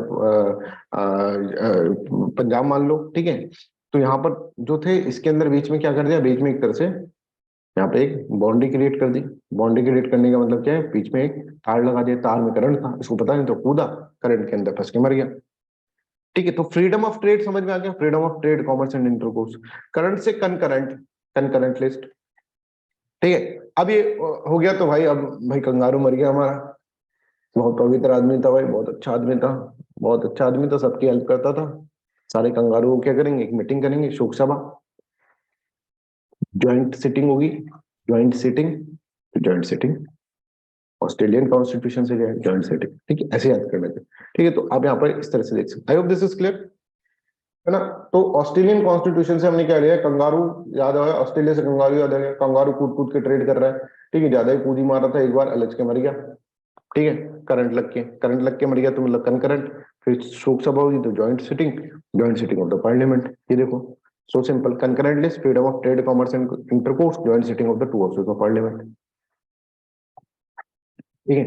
जर्मनी, जर्मनी से क्या याद आता है, जर्मनी से तो हमें एक ही आदमी याद आता है, तुम भी सोचो क्या याद आता होगा जर्मनी से, लिखो एक बार चैट में क्या याद आता है जर्मनी से, कौन सा आदमी याद आता है, हिटलर। हिटलर याद आता है, सबको हिटलर ही याद आएगा, तो हिटलर ही ले आते हैं यहाँ पे, जर्मनी से हमको याद आया हिटलर, ठीक है। हिटलर क्या करता है, हिटलर किसी को फंडामेंटल राइट देगा क्या, नहीं देगा, इमरजेंसी लगा देगा, तो suspension of fundamental right during emergency Hitler से है, ठीक है, मतलब जर्मनी से है ना। सबको यही याद आएगा, तो ऑस्ट्रेलिया से भी सबको अगर मैं पूछता तो सब काफी बच्चे बोल देते ना। तो काफी बच्चे बोलते थे कि सर हमको कंगारू याद आता है। तो ये इसी तरह से डिजाइन करी गई है ट्रिक्स जिससे कि सबको याद रहे, राइट। तो यहाँ पर अगर हम देखें suspension of fundamental rights during emergency, ये कौन लेकर आ रहा है, जर्मनी कॉन्स्टिट्यूशन से हमको हमने डेराइव करा है। इसके बाद फ्रेंच कॉन्स्टिट्यूशन। तो फ्रेंच कॉन्स्टिट्यूशन, तो फ्रेंच से तो हमको सर एक ही याद आता है, फ्रेंच रिवॉल्यूशन। और फ्रेंच रिवॉल्यूशन से तुमको क्या याद आता है बताओ, लिख के बता दो, बोल के बताओ, फ्रेंच रिवॉल्यूशन में क्या था? तीन चीजें याद आती हैं, तीन वर्ड, लिबर्टी, इक्वलिटी, ये सब। है ना, लिबर्टी, इक्वलिटी, इक्वालिटी और फ्रेटर्निटी। बिल्कुल सही। तो यहाँ हमने जो कॉन्सेप्ट लिया है, ठीक है, कि ideas of what, ideas of liberty, equality, fraternity preamble के अंदर जो है वो फ्रेंच कॉन्स्टिट्यूशन से लिए, ठीक है, फ्रेंच कॉन्स्टिट्यूशन। और मैं तुमको बोलूं ऑस्ट्रेलिया कॉन्स्टिट्यूशन, तो देखो कितना है, ऑस्ट्रेलिया से कंगारू, कंगारू कूद कूद के ट्रेड कर रहे थे, अलग के मर गए, करंट लग गया, ज्वाइंट सिटिंग हो रही है, शोक सभा हो रही है। मतलब तुमसे बोलूं सर ब्रिटिश पार्लियामेंट, ब्रिटिश का, तो सर ब्रिटिशर्स जा रहे थे, कैब मंगाई, ठीक है, कैब मंगाई तो उसके अंदर जवाहरलाल नेहरू रट लगाने लग गए, कैमरा चाहिए, कैमरा चाहिए, कैमरा दिया उसको, इतने में दूसरे लोग ने कहा हमको भी चाहिए, सबको पार्ले जी बिस्कुट बांटा, पार्ले जी बिस्कुट को सिंगल सिंगल बांटा, रूल से बांटा, प्रोसीजर बांटा, काम खत्म। इतना याद करना, जब ऐसे याद कर लो ना, रिवाइज करना ऐसे कर लो स्टोरी को, और स्टोरी भूलोगे नहीं कभी, ठीक है, पर्सनल गारंटी है। जर्मनी से याद है, हिटलर याद है sir, suspension of fundamental right, ठीक है। आयरिश कॉन्स्टिट्यूशन से क्या लिया, आई विश कि मैं राजा होता, आई विश कॉन्स्टिट्यूशन बोल रहा है ऐसी पॉलिसीज होती, directive principle of state policy और nomination of president, so simple ना। तो जबरदस्ती की है ना, अपनी एनर्जी वेस्ट नहीं करना, ठीक है। अगेन आई एम सेइंग, जबरदस्ती का आपको ऐसा नहीं है कि भाई एक ही मेथड से रटे, बहुत सारे मेथड है भाई, दिमाग है तुम्हारे पास, इनोवेशन है तुम्हारे पास, क्यों ट्रेडिशनल मेथड क्यों यूज करें, अब चीजें बदल गई है ना, कोई ऐसा थोड़ा ना कि कोई घूम घूम के चक्कर लगा के पूरे कमरे में याद कर रहे हो, ठीक है ना, वो तो बचपन में करते थे। तो अब दिमाग आ चुका है तुम्हारे, तो ट्रेडिशनल चीजों को इस तरह से याद करो, ठीक है, ट्रेडिशनल मेथड को छोड़ो, कुछ कुछ इनोवेशंस लेकर आओ, इस कोर्स में आपको बहुत इनोवेशंस मिलेंगे ऐसे ना। तो French constitution, I hope this is clear. तो मैं है ना एक पॉइंट तक कि तुमको ये सब चीजें बता सकता हूँ, बाकी तुम लोगों को भी इसको सीखना पड़ेगा, है ना, इसलिए मैं मेथड बता रहा हूँ कि मैंने कैसे बनाया। अब कैनेडियन से मेरे को कुछ याद नहीं आ रहा था, कनाडा से कुछ याद नहीं आ रहा, बस पंजाबी याद आ रही, तो मैंने सोचा अब क्या करूं इसका, है ना, तो मैंने सोचा इसका सी से याद कर लेते हैं, सी से याद कर लेते हैं, सी मतलब कनाडा और सी मतलब सेंटर, है ना। तो अब जब कुछ नहीं आ रहा तो फिर ऐसा दिमाग भी लगाना पड़ेगा। अब सेंटर, तो कनाडा के अंदर जो है ना centre, centre C for Canada, C for centre, और सेंटर जो होगा ना आपका वो बहुत पावरफुल है, ऐसे कनाडा वाले बोलते हैं strong centre should be there, strong centre. सारी पावर जो है देखो, एक तो यूनियन पावर है, यूनियन लिस्ट है, एक क्या होगा स्टेट लिस्ट है, एक कंकरेंट लिस्ट है, एक होता है रेजिडुअरी लिस्ट, रेजिडुअरी लिस्ट जो है वो भी किसके अंदर हो, सेंटर के अंदर हो। ये बोलेगा मतलब सेंटर से रिलेटेड जो भी है ना कनाडा लगाना है, C for centre, C for Canada. Governors जो है स्टेट के ऊपर गवर्नर्स बिठा दिए सारे, जिससे सेंट्रल कंट्रोल कर सके स्टेट्स को, तो स्टेट गवर्नर, ठीक है ना। अब सेंटर को कुछ काम होता है कि भाई क्या करें, इस मैटर में फंस गए, राम जन्मभूमि को सॉर्ट आउट करें, इधर जाए तो उधर दिक्कत हो, वोट बैंक पॉलिटिक्स, सेंटर फंस गया, तो सेंटर एडवाइस ले सकता है किससे, सुप्रीम कोर्ट से, advisory jurisdiction of supreme court. तो centre centre centre, C for centre, C for Canada, काम खत्म, ठीक है। तो यहाँ पर देखो, federation with strong centre, vesting of residuary power in the centre, appointment state government by the centre, advisory jurisdiction, centre के लिए सुप्रीम कोर्ट को दे दिया कि तुम एडवाइजरी जुरिसडिक्शन को दे दे रहे हो, ठीक है। तो C for Canada, C for centre, इससे याद हो जाए। कनाडा सेंटर से रिलेटेड जो है एडवाइजरी जुरिसडिक्शन पढ़ाएंगे, तब हम आपको बताएंगे एडवाइजरी जुरिसडिक्शन के अंदर सुप्रीम कोर्ट को से एडवाइस ले सकता है कौन, प्रेसिडेंट, प्रेसिडेंट मतलब सेंटर, कि भाई किसी भी मैटर पे फंस गए तो उससे एडवाइस ले। तो ये कंट्रोवर्शियल चीजों के लिए लेते हैं, जैसे कंट्रोवर्सी चल रही है कुछ, जैसे राम जन्म हुई तो एडवाइस ले सुप्रीम कोर्ट से, फिर सुप्रीम कोर्ट जो बोलेगा उसकी रिकमेंडेशन मान लेंगे, बोले तो सुप्रीम कोर्ट बोला साहब, हम तो कुछ बोले नहीं, इस तरह से, है ना। वो पढ़ेंगे जब अपन सुप्रीम कोर्ट पढ़ेंगे, तो advisory jurisdiction of supreme court, Canadian constitution. इसी तरह से एक सोवियत कॉन्स्टिट्यूशन होता है, सोवियत कॉन्स्टिट्यूशन में क्या होता है, सोशलिज्म, सोशो इकोनॉमिक पॉलिटिकल जो राइट्स होते हैं, ठीक है, जस्टिस जो होता है, फंडामेंटल ड्यूटीज के बारे में होता है ना। कि सोवियत कॉन्स्टिट्यूशन क्या था, सोवियत कॉन्स्टिट्यूशन में था कि स्टेट जो है वो सोशलिज्म फैलाएगी पर सिटीजन को कंट्रोल रखेगी, बिल्कुल सिटीजन का, तो सिटीजन की फंडामेंटल ड्यूटीज होंगी, उनको सिटीजन को फॉलो करना पड़ेगा। सोवियत मतलब कोल्ड वार याद कर लो सोवियत से, कि आइडियोलॉजिकल डायमेंशन जा रही है, fundamental duty and ideal of justice socio economic political in preamble is derived from the Soviet. ठीक है, अब एक दो चीजें और हैं, जैसे साउथ अफ्रीका है, procedure of amendment of the constitution and election of the member of the Rajya Sabha के मेंबर का इलेक्शन और procedure for amendment of the constitution.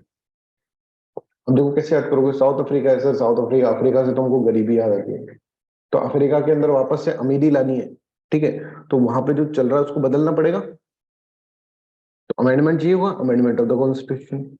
Africa से क्या आता है, गरीब लोग, ठीक है, भूखे लोग याद आते हैं सर हमको, बिना कपड़े पहने, है ना, इस तरह के, क्योंकि वहां गरीब हो जाए, तो साउथ अफ्रीका, अफ्रीका से अमेंडमेंट करेंगे तभी तो जाके मिल जाएगी।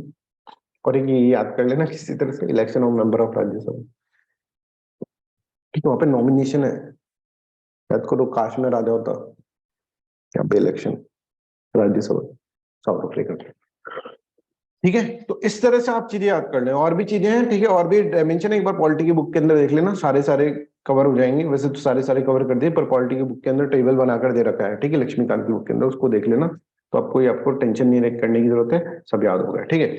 अब हम कुछ कंक्रीट पढ़ लेते हैं ना, ये तो सब ट्रिक्स से याद कर लिया हमने, कमिटीज और ट्रिक्स से याद कर लिया कि कॉन्स्टिट्यूशन के अंदर क्या चीज कहां से ली हमने। अब हम आ गए हैं पूरी पॉलिटी की क्लास के ऊपर, है ना, हमने देख लिया कॉन्स्टिट्यूशन बनाते हुए कॉन्स्टिट्यूंट असेंबली के बारे में जो भी फैक्ट्स फिगर्स थे वो भी हमने याद कर लिया सब।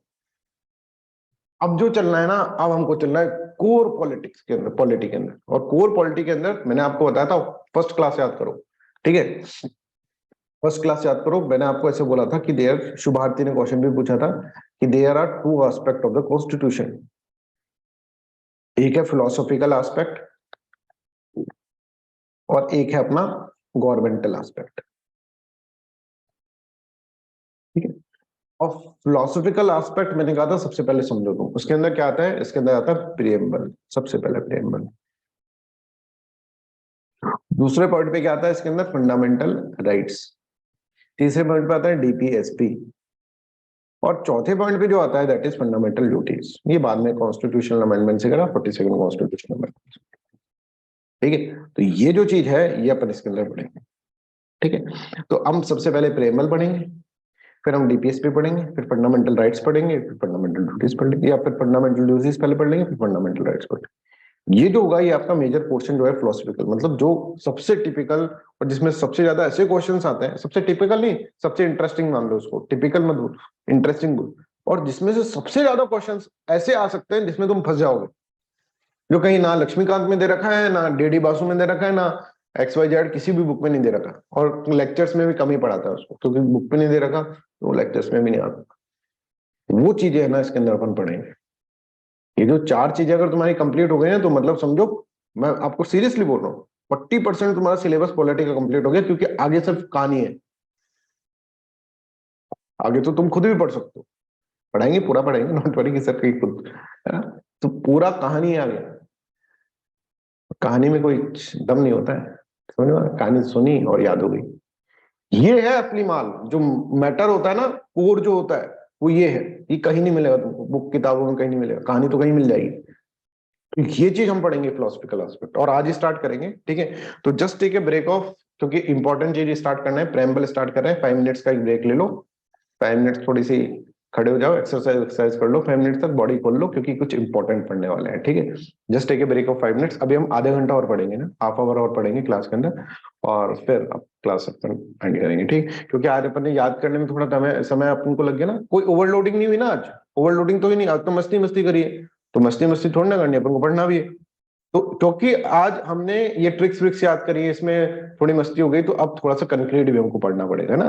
देखो मेरे को जब लगेगा ना कि ओवरलोडिंग हो जाती है, तो मुझे खुद पता चल जाता है, 10 साल का एक्सपीरियंस है, सब पता चल जाता है। पहले तो क्या है, चेहरे देख के पता लगा लेते थे, बच्चों के लटक जाते थे कंधे, ऐसे ही हो लटक गए, लेकिन हो गए बच्चों बच्चे, तो फिर पता लगा, पर अभी भी पता लग जाता है कि कितना पढ़ाना है, राइट। इसीलिए मैं 1.5, पर अभी थोड़ा सा अपन ज्यादा पढ़ेंगे, है ना, आधा घंटा और पढ़ेंगे, जिससे कि अपन कुछ प्रेम्बल के बारे में थोड़ी बहुत डायमेंशन समझ लें, ठीक है, और बहुत इंटरेस्टिंग मैनर के अंदर समझेंगे प्रेम्बल, आज तक कैसे कभी भी नहीं पढ़ा होगा आपने।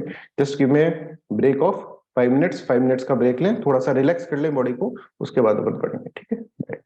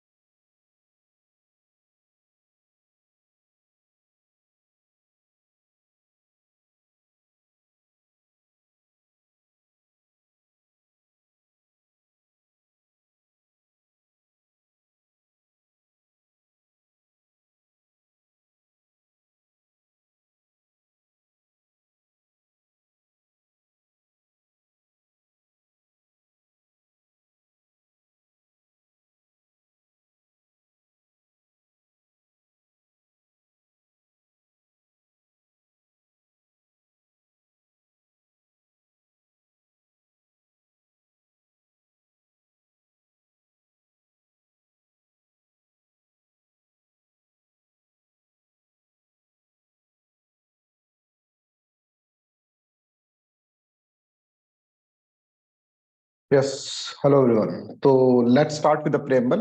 ठीक है, अब थोड़ा सा दिमाग कॉन्सेप्चुअल लगा लो, है ना। पहले रटने वाला दिमाग से अब शिफ्ट हो गए तुम, मतलब थोड़ा ब्रेक इसीलिए लिया था, कॉन्सेप्चुअल दिमाग इसके अंदर स्टार्ट करने लग जाएंगे, है ना।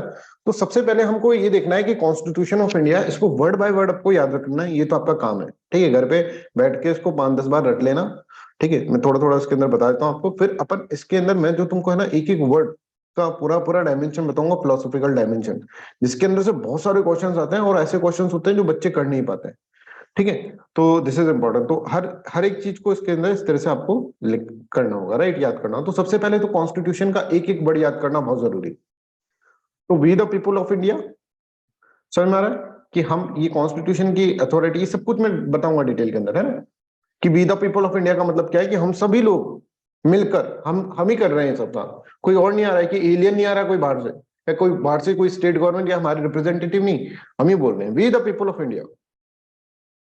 तो यहाँ पर सबसे पहले सत्ता किसको दे दी, लोगों को दे दी। अब इसको, इस वर्ड का मतलब अपन डिटेल के अंदर समझेंगे, अभी पूरा कॉन्स्टिट्यूशन पढ़ लेते हैं। हैविंग सोलमनली रिजॉल्व, कि हम सब रिजोल्यूशन ले रहे हैं, लेकिन न्यू ईयर के अंदर रिजोल्यूशन लेते हैं ना, वैसे रिजोल्यूशन ले रहे हैं कि भारत को हम कैसा बनाएंगे, सोवरिन बनाएंगे, सोशलिस्ट बनाएंगे, सेकुलर बनाएंगे। तीन चीजें, sovereign, socialist, secular. Secular word पहले नहीं था, बाद में ऐड करा गया, ये सब चीजें बाद में पढ़ लेंगे। तो सबसे पहले याद करो, सोवरिन, सोशलिस्ट और सेकुलर। अगर हम डिक्शनरी में देखेंगे ना, तो सोवरिन है ना सबसे लास्ट में आता है, सोवरिन, SOV डिक्शनरी। फिर सोशलिस्ट आता है, फिर सेकुलर आएगा। ठीक है, S के बाद ये आ रहा है डिक्शनरी में। अगर हम देखें तो उसका उल्टा लिखा है, सोवरेनिटी, सोवरिन, सोशलिस्ट और सेकुलर। ऐसे याद करना है, बिल्कुल ऐसा नहीं करना कि सेकुलर थे सर फिर सोवरिन आ गया फिर नहीं, ऐसे नहीं। सोवरिन, सोशलिस्ट, सेकुलर, क्योंकि पूछा जाता है कि भाई इसको सीरीज में लिखो। वो चाहते हैं कि तुम रटो, कम से कम प्रेम्बल तो रटा हुआ हो। भाई तुम सिविल सर्वेंट की प्रिपरेशन कर रहे हो, कम से कम प्रेम्बल तो रटा हुआ हो। तो इसलिए DPSP preamble, fundamental right, fundamental duty रटी भी होनी चाहिए, उस कंसेप्चुअल भी आपको क्लियर होनी चाहिए। रटा मतलब एक एक वर्ड इधर से उधर नहीं होना चाहिए, एक ए वर्ड का भी इधर से उधर नहीं होना चाहिए। We the people of India having solemnly resolved to constitute India into a sovereign, socialist, secular, democratic republic. वो चाहते हैं, ऐसे कई क्वेश्चंस आए हैं ऐसे प्रीलिम्स के अंदर, कि अगर तुमको कॉन्स्टिट्यूशन रटा हुआ नहीं होगा तो नहीं होगा पाएगा, तो सॉरी प्रेम्बल। तो कम से कम तुम्हारे अंदर इतना तो होना चाहिए कि भाई तुमसे कोई पूछे, भाई तुम कौन हो, भाई मैं, हम यहाँ के DM है, बोलो बताना भाई प्रेम्बल। अरे यार, we the people of India क्या होता है, उसके अंदर क्या होता है, ऐसे नहीं होना चाहिए। कॉन्स्टिट्यूशन के बारे में बताओ तो कॉन्स्टिट्यूशन रटा होना चाहिए भाई, पहले सोवरिन आया था, सोशलिस्ट आया, ऐसा नहीं। Sovereign, socialist, secular, democratic Republic. ठीक है, ये है, हम इंडिया को ये बनाना चाहते हैं। अब ये चीजें है ना कि भाई सोवरिन क्या होता है, सोशलिस्ट क्या होता है, सेकुलर, डेमोक्रेटिक रिपब्लिक, ये तुम्हारे लिए इसलिए भी इंपॉर्टेंट है, मेंस के आंसर राइटिंग के लिए भी इंपॉर्टेंट है। क्योंकि तुम जब मेंस का एग्जाम का लिखोगे, जब ओपिनियन बेस्ड क्वेश्चन आएंगे कि भाई तुम क्या सोचते हो उसके बारे में, तो तुम्हें यही सोचना है जो कि कॉन्स्टिट्यूशन सोचता है। तुम ऐसा नहीं कह सकते सर हम तो कैपिटलिज्म को सपोर्ट करते हैं, सर जिसमें जितने ताकत है उतना प्रोडक्शन कर रहा है, तो वो ये तो अच्छा है कि उसकी बेसिस पे हम कैपिटलिज्म को सपोर्ट कर देंगे। हम अफर्मेटिव एक्शन क्यों दें पुअर को, गरीबों को क्यों दें, स्टेट को क्यों प्रोवाइड करना चाहिए सर फ्री बीज और ये सब, तो क्योंकि तुम सोशलिस्ट हो। सेकुलर, सर मैं सेकुलर को मानता ही नहीं सर, मैं हिंदू राष्ट्र को मानता हूँ, मैं कट्टर हिंदूवादी हूँ, हिंदू मेजोरिटी में, पाकिस्तान भी तो इस्लामिक स्टेट है, हम भी हिंदू बनेंगे। पाकिस्तान भी 1956 में इस्लामिक स्टेट हो गया, हमें भाई तुम्हारे मानने से नहीं होगा कुछ भी। कॉन्स्टिट्यूशन क्या मान रहा है, सेकुलर। सर डेमोक्रेसी पे मेरे को रत्ती भर विश्वास नहीं है, कोई क्वेश्चन आने दो, डेमोक्रेसी को ऐसा क्रिटिसाइज करूंगा, ऐसा क्रिटिसाइज करूंगा कि वो भी सोचेगा भाई क्या क्रिटिसिज्म करा है। तो भाई तुम अपने आप में घर में कर लेना, है ना, घर वालों के सामने कर लेना, एग्जाम में डेमोक्रेटिक ही रखना पड़ेगा अपने आप को। तो सोवरिन, सोवरिन सर क्या जरूरत है, सोवरिन सर कॉलोनी ठीक थे हम तो, है ना, कहीं ऐसा डायमेंशन तुम्हारा। तो सोवरिन तुम ठीक हो, कॉलोनी के अंदर तुम रह लेना, और सोवरेनिटी को आपको, है ना। तो आंसर राइटिंग के अंदर भी ये चीजें अब काम करने लग जाएंगी तुम्हारी। ठीक है, आंसर राइटिंग के अंदर भी चीजें, जब मैं फिलोसफिकल डायमेंशन पढ़ाऊंगा तो फिलोसफी का ये ऐसे राइटिंग के अंदर, आंसर राइटिंग के अंदर, इसमें भी आप यूज कर सकते हो। दूसरा क्या है कि and to secure all its citizen, तो हम तो ये मान रहे हैं कि भाई हमारा कंट्री तो ऐसा हो और सारे सिटीजन्स के पास क्या हो, जस्टिस, लिबर्टी, इक्वलिटी और फ्रेटर्निटी। सिटीजन्स के पास, कंट्री तो हमारा ऐसा हो, देश हमारा कैसा हो, देश मेरा कैसा हो, सोवरिन हो, सोशलिस्ट हो, सेकुलर, डेमोक्रेटिक हो, रिपब्लिक हो। बताएंगे सबका मतलब क्या होता है डिटेल के अंदर, है ना।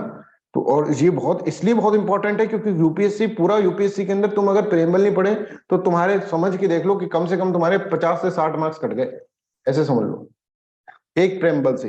ये सब वर्ड्स को अगर नहीं समझे तो, क्योंकि ये तुम्हारे पॉलिटी में भी आएगा, ये तुम्हारे हिस्ट्री में भी आएगा, ये तुम्हारा अगर देखिए इथिक्स के पेपर में भर भर के आएगा, ऐसे राइटिंग में भी आएगा, हर जगह लिख सकते हो इन सब चीजों को।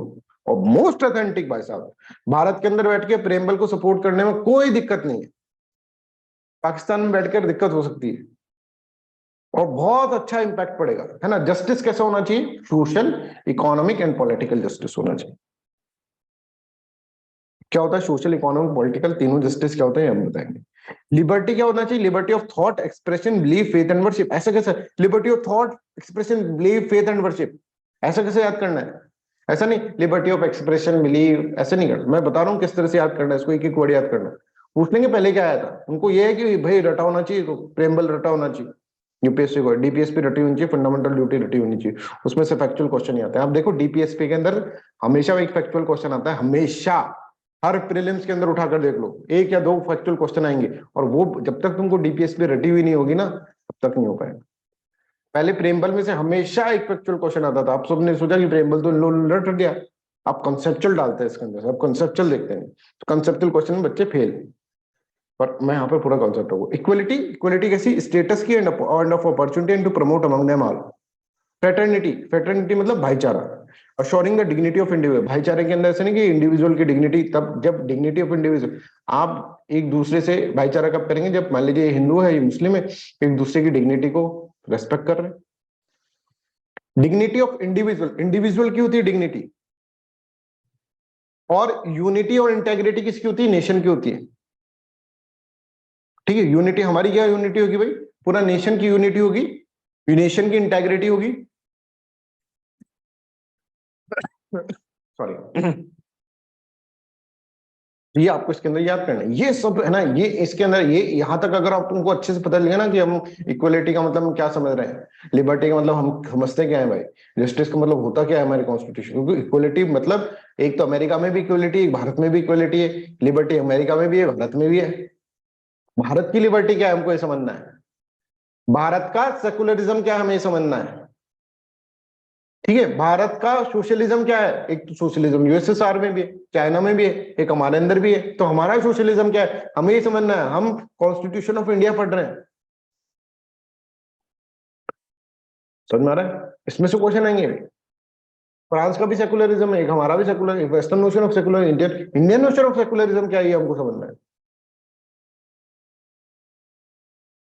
तो ये होगा इन अवर कॉन्स्टिट्यूएंट असेंबली, हमारे कॉन्स्टिट्यूएंट असेंबली के अंदर दिस 26 डे ऑफ नवंबर 1949, 26 नवंबर 1949 को वी हियर बाय अडॉप्ट करेंगे, इनेक्ट करेंगे and give to ourselves to this constitution. उसको अडॉप्ट करेंगे, इनेक्ट करेंगे 26 नवंबर 1949 को, और हम अपने आप को पूरा इस कॉन्स्टिट्यूशन को दे देंगे। मतलब कि अब हमने बनाया और हमने बनाकर अपने आप को पूरा झोंक दिया कि हम इस कॉन्स्टिट्यूशन को फॉलो करेंगे as a citizen of a country. ठीक है, इट इज योर रेस्पॉन्सिबिलिटी, है ना। और रेस्पॉन्सिबिलिटी की जगह हम कहें obligation, duty to follow the constitution principle. अगर तुम कॉन्स्टिट्यूशन के प्रिंसिपल को फॉलो नहीं कर रहे तो तुम नेशनलिस्ट नहीं हो। ठीक है, तुम कहो कि भाई हम तो बहुत इंडिया को सपोर्ट करते हैं, भगत सिंह की जय, सुभाष चंद्र बोस की जय, गांधी की जय, ये सब करते हैं, कॉन्स्टिट्यूशन को फॉलो, तो तुम नहीं हो। सबसे बेसिक प्रिंसिपल जो है, बेसिक प्रिंसिपल जो होगा वो ये है कि आप क्या करें, आप कॉन्स्टिट्यूशन को फॉलो करें। बेसिक प्रिंसिपल आपकी आइडेंटिटी का, कि हम एक भारत के सिटीजन है, इसका बेसिक प्रिंसिपल जो होगा ना, कि आपको बोला कि ये भाई ये अच्छा आदमी है कि नहीं है, भारत के लिए अच्छा सोचता है कि नहीं है, ये कॉन्स्टिट्यूशन फॉलो करता। हम सब कॉन्स्टिट्यूशन से बंधे हैं, हमारे पीएम मोदी से लेकर सारी सारी कैबिनेट से लेकर सब कुछ, ये सब कॉन्स्टिट्यूशन के कारण ही वहां बैठे हैं। हम लोग जो जिंदा है यहाँ पे, हमको जो अधिकार मिल रहे हैं, ठीक है, वो कॉन्स्टिट्यूशन के अंदर ही मिल रहे हैं। हमें अपनी कॉन्स्टिट्यूशन की रेस्पेक्ट करनी है, हमें अपनी कॉन्स्टिट्यूशन को समझना है, हमें इस कॉन्स्टिट्यूशन को आगे बताना है कि देखो हमारा कॉन्स्टिट्यूशन कैसा है, नहीं तो हालत हो जाएगी पाकिस्तान जैसी। कॉन्स्टिट्यूशन को अगर, इन चीजों को, इन वैल्यू सिस्टम को हटा दो, तुम सेकुलरिज्म हटा दो, पाकिस्तान जैसी हालत हो जाएगी। डेमोक्रेसी हटा दो, चाइना जैसी हालत हो जाएगी। समझ में आ रहा है? सोशलिस्ट हटा दो, आपकी अमेरिका जैसी हालत हो जाएगी, जिसके अंदर अमेरिका में तो ठीक है सभी अमीर है, हमारे तो गरीब और इनइक्वलिटी हो जाएगी बहुत ज्यादा क्रिएट। समझ में आ रहा है? इन्हीं चीजों के कारण हम टिके हुए हैं, ये बिल्कुल समझो, इसको रेस्पेक्ट करना सीखो कॉन्स्टिट्यूशन को। ऐसा नहीं कि कॉन्स्टिट्यूशन की धज्जियां उड़ाने लग गए तुम। बहुत बड़ी एक्सर जो हम जिन लोगों के पैरों की धूल है ना, उन लोगों ने कॉन्स्टिट्यूशन बनाया, धूल भी नहीं है। समझ में आ रहा है? तो हमारे फोर फादर्स का रेस्पेक्ट करना तुम्हारी फंडामेंटल ड्यूटी भी है, और तुम्हारा तुमको वैसे भी करना चाहिए। और इस कॉन्स्टिट्यूशन, यही कॉन्स्टिट्यूशन है जो इतने टाइम तक हम सब एक साथ रह रहे हैं। अगर ये कॉन्स्टिट्यूशन नहीं होता, पाकिस्तान जैसा कॉन्स्टिट्यूशन होता ना, तो अभी तक पता नहीं क्या हो जाता भारत का। यही कॉन्स्टिट्यूशन है जिसके कारण आज विश्व के अंदर हमारा इतना नाम है। यही कॉन्स्टिट्यूशन है कि मोदी जी जाते हैं तो सब उनकी रेस्पेक्ट करते हैं, इसी कॉन्स्टिट्यूशन के कारण। और इसी कॉन्स्टिट्यूशन के कारण तुम सिविल सर्वेंट बनोगे।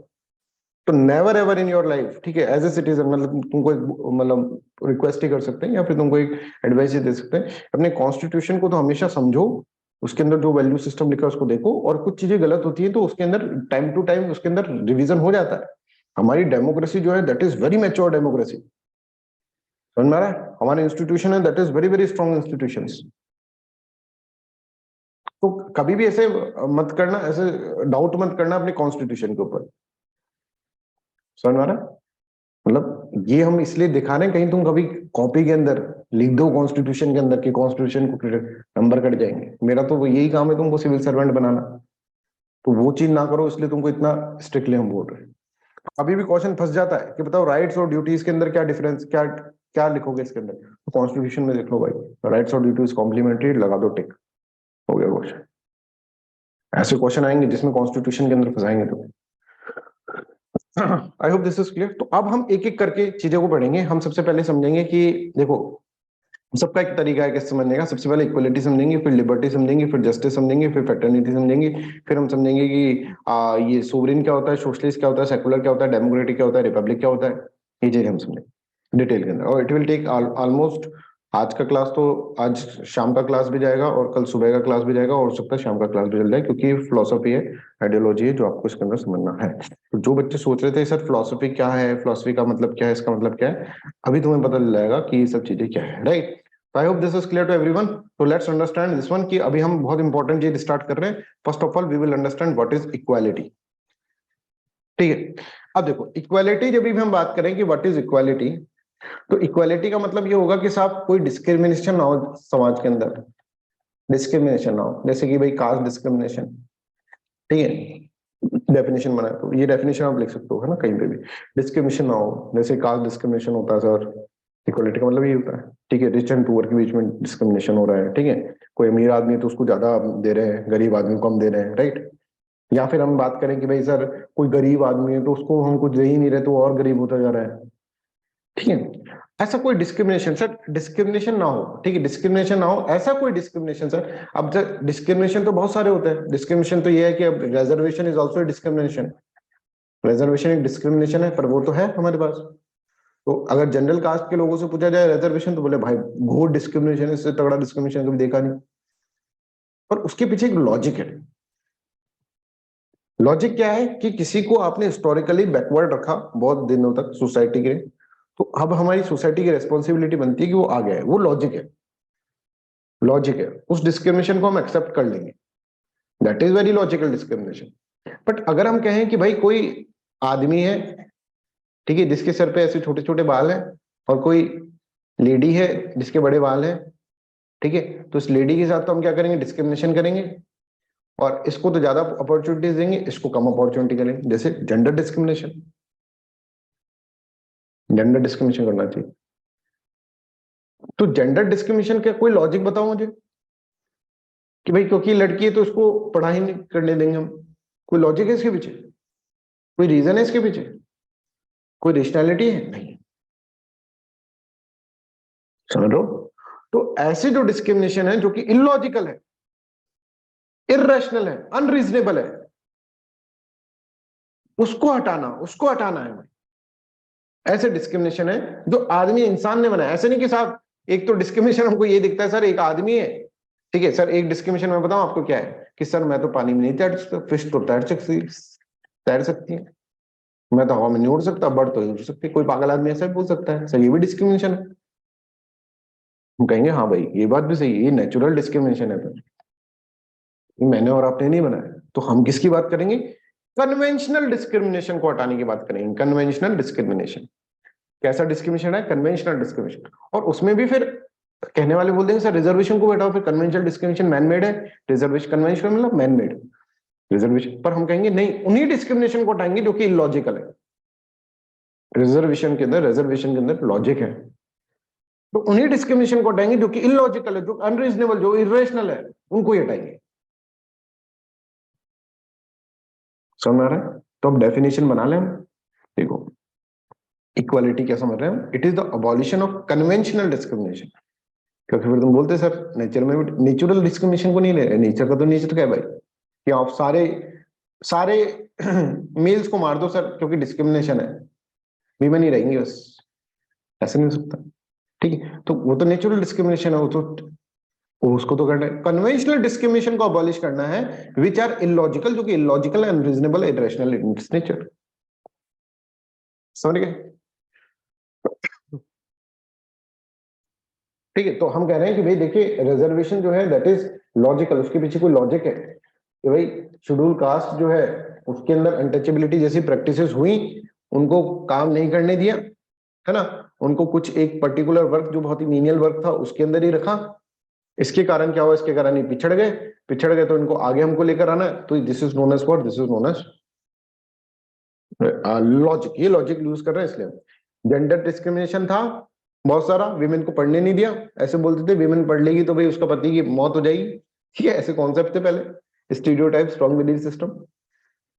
उसको नहीं पढ़ने दिया तो क्या हो जाएगा? नहीं पढ़ने दिया तो वो पीछे रहेगी, तो अब उसको क्या करना चाहिए? हमें आगे लेकर आना चाहिए, रिजर्वेशन देना चाहिए। कहीं कहीं स्टेट गवर्नमेंट्स में विमेन का रिजर्वेशन रहता है, right? I hope this is clear. तो ये लॉजिक बैठता है, पर ये कि भाई ये लड़का है लड़की इसलिए मैं डिस्क्रिमिनेशन करूं, इसका रंग काला है इसका रंग गोरा है इसलिए मैं डिस्क्रिमिनेशन करूं, तो हमारे तो जो है हमारे तो फिर लॉर्ड कृष्णा के साथ भी डिस्क्रिमिनेशन हो जाएगा, वो भी श्याम रंग के हैं, समझ में आ रहा है? कोई रीजन ही नहीं है इसके पीछे कि साहब ये हिंदू है ये मुस्लिम है इसलिए डिस्क्रिमिनेशन करूं। तो जो डिस्क्रिमिनेशन इलॉजिकल है, अनरीजनेबल है, इनरेशनल है इन नेचर, उसको हटाने का काम हमारे कॉन्स्टिट्यूशन के अंदर इतना रेशनैलिटी है, तो आप पढ़ोगे जब आपको समझ में आएगा, इतना लॉजिक है हमारे कॉन्स्टिट्यूशन के अंदर हर चीज पे। नहीं ऐसे नहीं कि भाई हम इस्लामिक स्टेट बन जाएंगे, क्या लॉजिक है? लॉजिक बताओ, हम सेकुलर नहीं रहेंगे, लॉजिक क्या है भाई? फिर मतलब हिंदूज का क्या होगा, क्रिश्चियंस का क्या होगा? वो नहीं इंसान, उनका रिलीजन नहीं है। लॉजिक क्या है इस्लामिक स्टेट या हिंदू राष्ट्र बनने का? ठीक है, कुछ नहीं है लॉजिक, इरेशनल हो जाएगा वो, पर हमने रेशनलिटी लगाई है। ठीक है, in society there can be class or the group of the person which are historically disadvantage position, तो उसको तो अपन इससे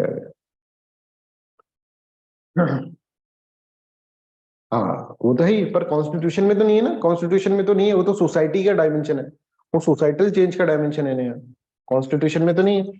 आज भी जैसे फीमेल इन्फेंटिसाइड्स होता है और ये सब चीजें होती हैं, डॉरी के केसेस आज भी है, पर कॉन्स्टिट्यूशन तो नहीं करता, हम कॉन्स्टिट्यूशन की बात कर रहे हैं। अब हम कॉन्स्टिट्यूशन को फॉलो ना करें तो वो अलग बात है। इसलिए मैं कह रहा हूँ कि as a citizen of India तुम्हारी पहली जो रेस्पॉन्सिबिलिटी बनती है वो कॉन्स्टिट्यूशन को फॉलो करने की बनती है, तभी तुम कहलाए जाओगे सिटीजन। ऐसे नहीं कि भाई यूट्यूब पे वीडियो बना दिया उससे बहुत अच्छा नेशनलिस्ट हो गए तुम, नहीं कि किसी को क्रिटिसाइज करके कि भाई इस पर्सन को क्रिटिसाइज कर दे, व्यूज आ गया और बिलियंस में हो गए, भाई मेरे से बड़ा देशभक्त है ही नहीं कुछ, हमने आप चश्मा लगा लिया, ऐसा नहीं। कॉन्स्टिट्यूशन को फॉलो करो साइलेंटली, कॉन्स्टिट्यूशन क्या कर रहा है हमारा, ये है देशभक्ति। I hope this is clear. तो in society there can be class or the group of the person which are historically and disadvantage section of the society. जैसे कि हम कहें कि भाई जैसे एक एग्जांपल देते हैं, सब हर क्लास में मैं आपको देता हूँ एग्जांपल, ये वाला कि ये एक 100 मीटर का ग्राउंड है, ठीक है, सबको याद भी होगा, कई बार पढ़ाया भी हुआ है मैंने, अनअकैडमी में पढ़ाया हुआ है, डिफरेंट प्लेटफॉर्म से पढ़ाया, राइट। अब यहाँ पर एक आदमी है ए, भाई साहब ए का जन्म हुआ ना, इसके पिताजी ने पालने में देख के कह दिया कि मेरा बेटा एथलीट बनेगा, अथॉरिटेटिव पेरेंटिंग, ठीक है, कि मेरा बेटा एथलीट बनेगा, और इसको भाई पैदा होते बोला चल, अरे डॉक्टर ने बोला मना करा भाई नहीं चल सकता, अभी पैदा ही हुआ है, 6 महीने का तो वेट कर लो, 6-7 महीने का, बोला अच्छा ठीक है चल लेट जा, ठीक है। तो ये क्या है कि ये जो है ये पहले पैदा होते इसने बोला कि मेरा बेटा एथलीट बनेगा, और इसको जैसे ये बड़ा हुआ तो इसको दौड़ाया इसने बुरी तरह, इसके लिए एक ट्रेनर भी रख दिया, इसको सप्लीमेंट भी दे दिया कि सप्लीमेंट खा खा के बॉडी बना ले, ठीक है, और तू बस भाग, ठीक है, रात को सो रहा होता उठा के चल भाग, राइट ऐसे। और एक ऐसा बंदा है, मान लीजिए सोच कर देखो, ये ए है और एक ऐसा पर्सन है जिसको पैदा करते हैं ना हमने कहा कि चल एक कोठरी में बंद कर दिया, उसके पैरों को बांध दिया बीड़ियों से, शैकल से, वो पैर हिला भी नहीं सक रहा है वो। अब क्या करा, 20 साल बाद इसको लेकर आया ए को, ये आया भागता भागता जिंदगी से भागे रहा है, ठीक है, और बी जो आया वो बेचारा लड़खड़ाता हुआ आया और उनको खड़ा कर दिया 0 मीटर पर, और यहाँ पे रेफरी खड़ा कर दिया और रेफरी करे 1 2 3 रन। कौन जीतेगा? Obviously A will win. कोई कंपटीशन है? नहीं। कोई इक्वल अपॉर्चुनिटी वाला केस लग रहा है? नहीं। कौन जीतेगा? A will win, no doubt about that sir, A will win. तो अब क्या करा जाए भाई, ये तो ये कोई इक्वालिटी हुई नहीं सर, ये कहाँ की इक्वालिटी हुई? तो कुछ लोग कहते हैं कि यही इक्वालिटी है, 0 मीटर पे खड़ा कर दिया, हमें फर्क नहीं पड़ता कि इसका पास्ट क्या हुआ, बस अब जो है वो यही है। एक इक्वालिटी कोई लोग ऐसे बोलते हैं कि कोई भी हमको इसको कोई भी सपोर्ट नहीं देना चाहिए, इसको 0 मीटर पे खड़ा है, 0 मीटर पे खड़ा है, तो इस इक्वालिटी को हम बोलते हैं नेगेटिव इक्वालिटी। Negative equality. दूसरे बोलते हैं नहीं साहब, इसके साथ गलत हुआ है, यहाँ पे कोई ऐसा होना चाहिए जो कि इस गलती को सुधारे। गलत कर दिया हमने, 20 साल तक उसको रख दिया, हिस्टोरिकली बैकवर्डनेस, समझ में आ रहा है? तो हम क्या करते हैं, हम बी को अगर 95 मीटर पे खड़ा करें तो ठीक रहेगा सर, बी को 95 मीटर पे खड़ा कर दें। अब हम कहें भाग, तो हो सकता है बी जीत जाए, पर ये कंपटीशन जो होगा वो इक्वल कंपटीशन होगा।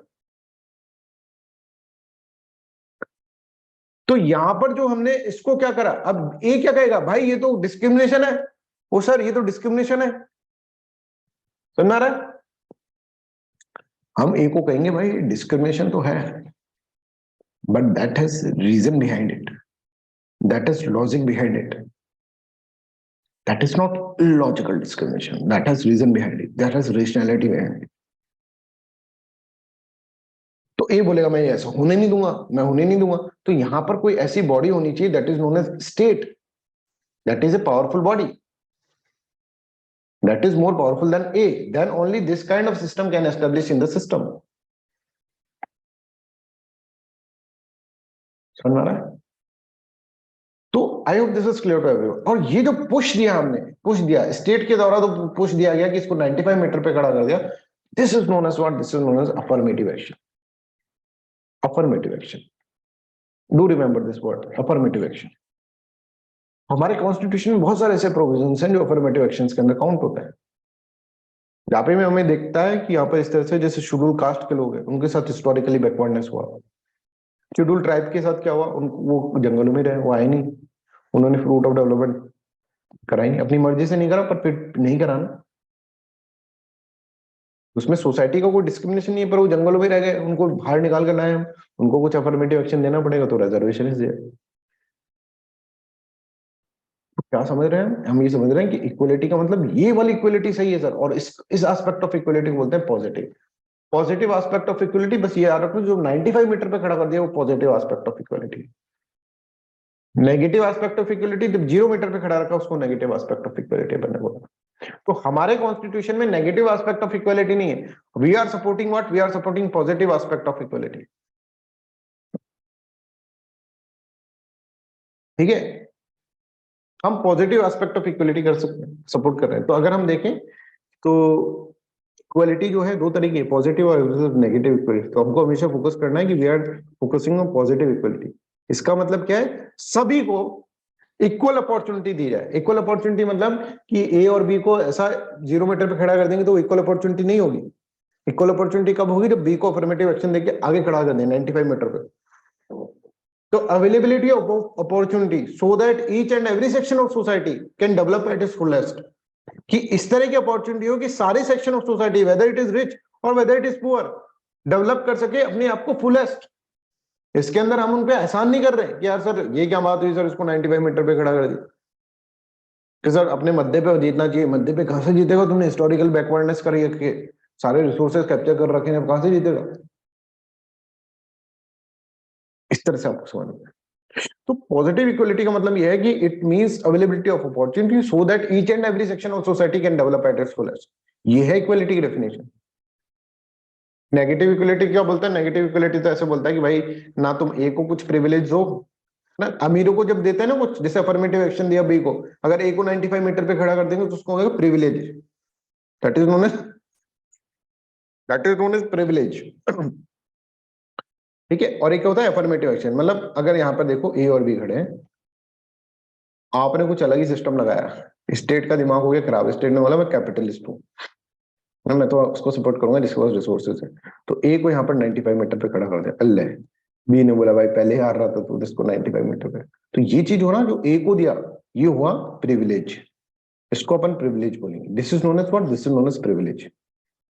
ठीक है, इसको अपन क्या बोलेंगे, इसको अपन प्रिविलेज बोलेंगे। वहीं जो बी को अगर आपने 95 मीटर पे खड़ा करना, बी को 95 मीटर पे खड़ा करा, that is known as what, that is known as what, that is known as affirmative actions, इसको अफर्मेटिव एक्शंस बोलेंगे।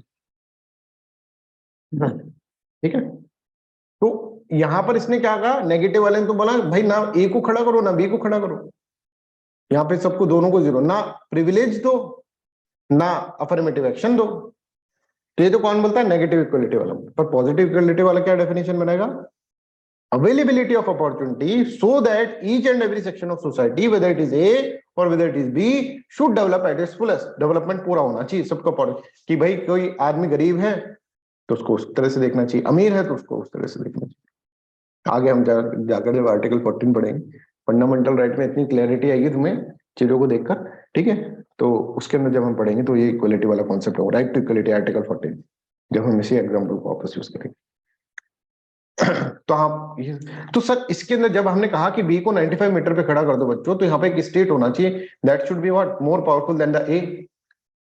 तो यहाँ पर जो स्टेट होता है ना, जब पॉजिटिव इक्वलिटी के अंदर जो स्टेट होता है जो काम करेगा, उसको एक पावरफुल स्टेट होना चाहिए, वेलफेयरिस्टिक स्टेट, एगैलिटेरियन स्टेट, ये पावरफुल स्टेट होते हैं जिसमें डिक्टेटर्स का ज्यादा भूमिका रहता है। तो इंदिरा गांधी को अगर प्रीवी पर्स पॉलिसी जो है वो हटानी है, इसके अंदर राजा महाराजाओं को हम कुछ अपने कंसोलिडेटेड फंड ऑफ इंडिया में से पैसा देते थे, अगर वो हटानी है तो उसको राजा महाराजाओं से ज्यादा पावर होना पड़ेगा, इंदिरा गांधी को स्ट्रांग होना पड़ेगा।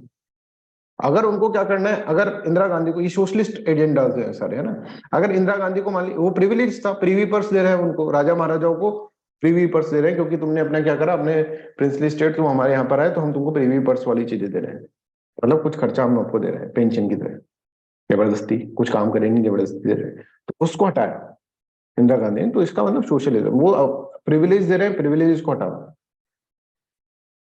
ठीक है, जब वो बोलती है कि नेशनलाइजेशन ऑफ सारे पब्लिक जो प्राइवेट बैंक उनका नेशनलाइजेशन कर दे जिससे गरीबों तक पैसा पहुंचे, that is socialist agenda, that is trying to create equality. ऐसा होना चाहिए कि ऐसा नहीं कि rich will become more rich and poor will become more poor, ये एजेंडा नहीं होना चाहिए।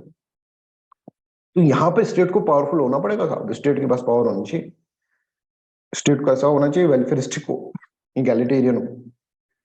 जबकि नेगेटिव इक्वलिटी के अंदर हम देखें तो स्टेट कहेगा स्टेट के पास पावर ही नहीं है सब कुछ, स्टेट को कह रहे भाई मेरे को पावर तो दे दो, स्टेट से बोला एक पावर है तेरे पास, क्या है, हमको प्रोटेक्ट कर बस, बाकी पहाड़ में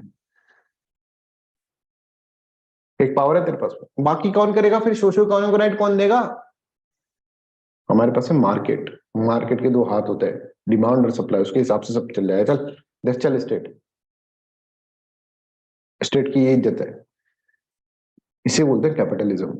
नेगेटिव इक्वलिटी वाला जो स्टेट है कैपिटलिस्ट स्टेट बोलते हैं। एक पुलिस स्टेट है, बस पुलिस है तुमको प्रोटेक्शन प्रोवाइड करनी, बाकी सोशो इकोनॉमिक राइट्स कैसे होंगे वो मार्केट डिसाइड करेगा in the with his invisible hands, demand और सप्लाई।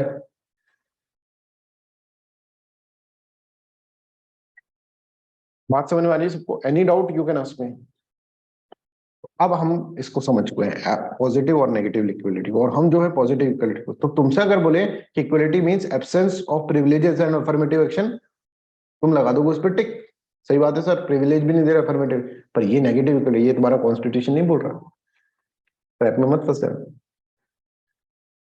आपसे बोले कि equality means what, availability of opportunity so that each and every section of society can develop it's, लगा दो उसको टिक, ये हमारा कॉन्स्टिट्यूशन, ये पॉजिटिव इक्वलिटी।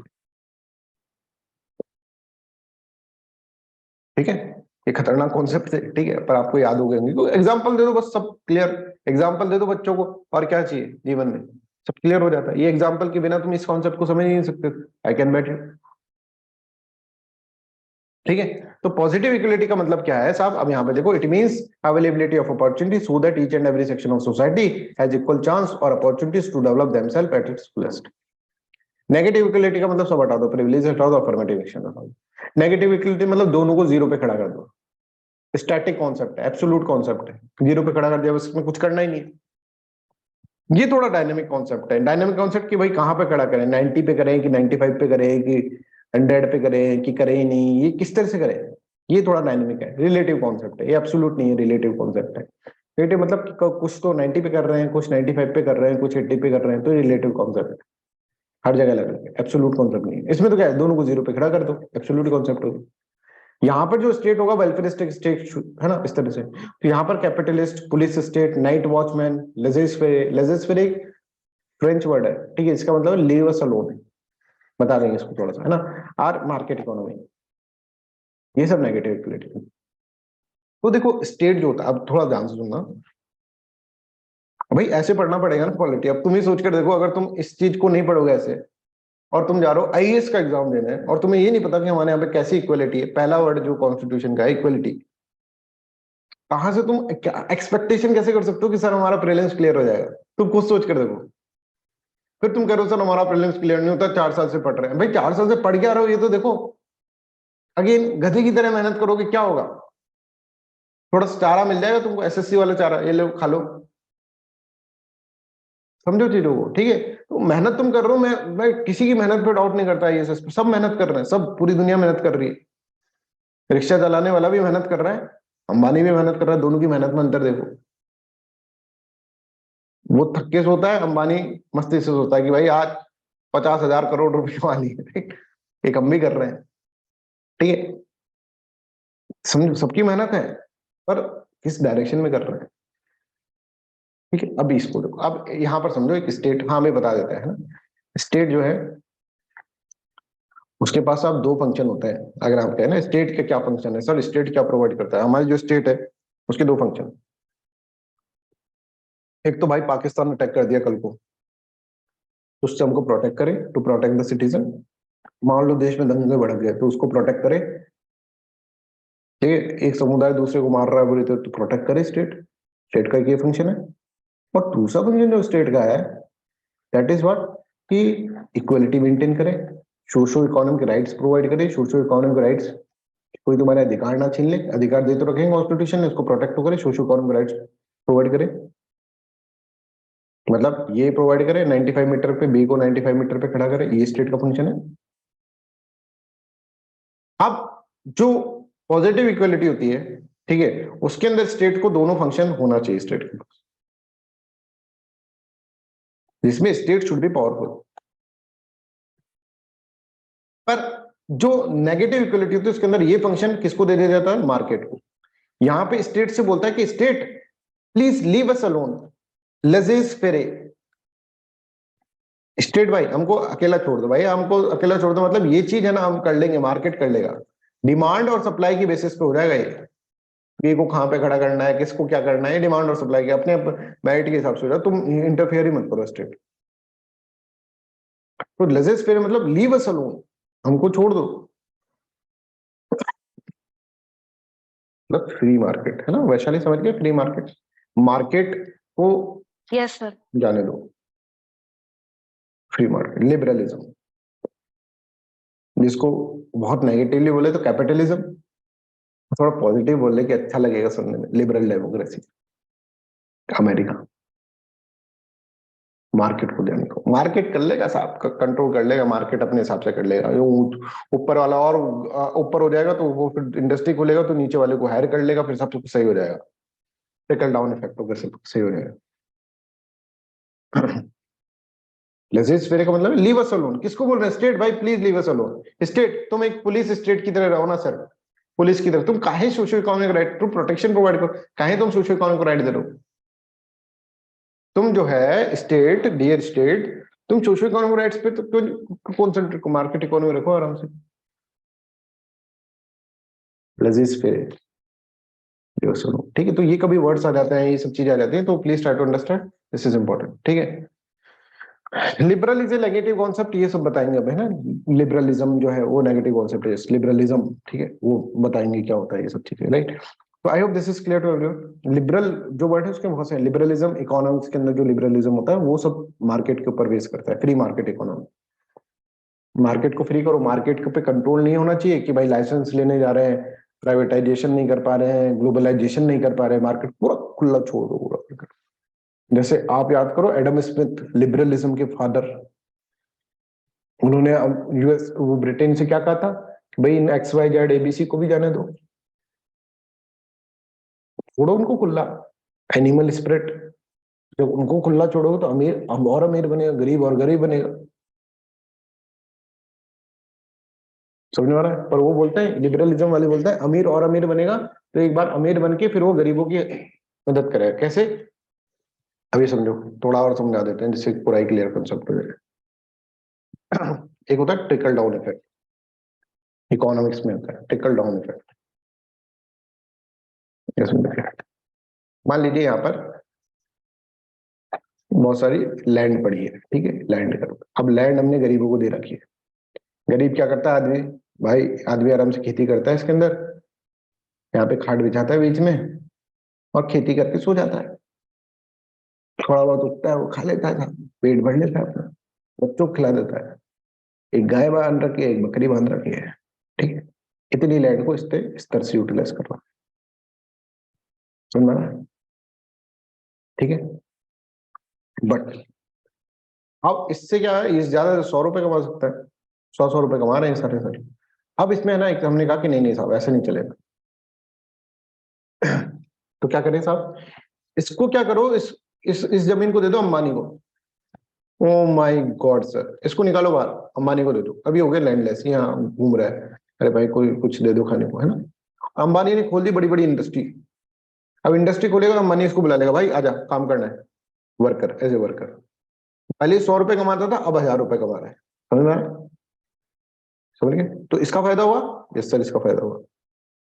100 रुपए कमाता, अब 1000 रुपए कमा रहा है, यस सर इसका फायदा हुआ। तो ट्रिकल डाउन इसको बोलते हैं कि एक बार इकोनॉमी ऊपर तक जाएगी, फिर ट्रिकल डाउन होगा। ट्रिकल डाउन मतलब बसेगा नीचे, ट्रिकल डाउन, इसको बोलते हैं trickle down effect in the economy.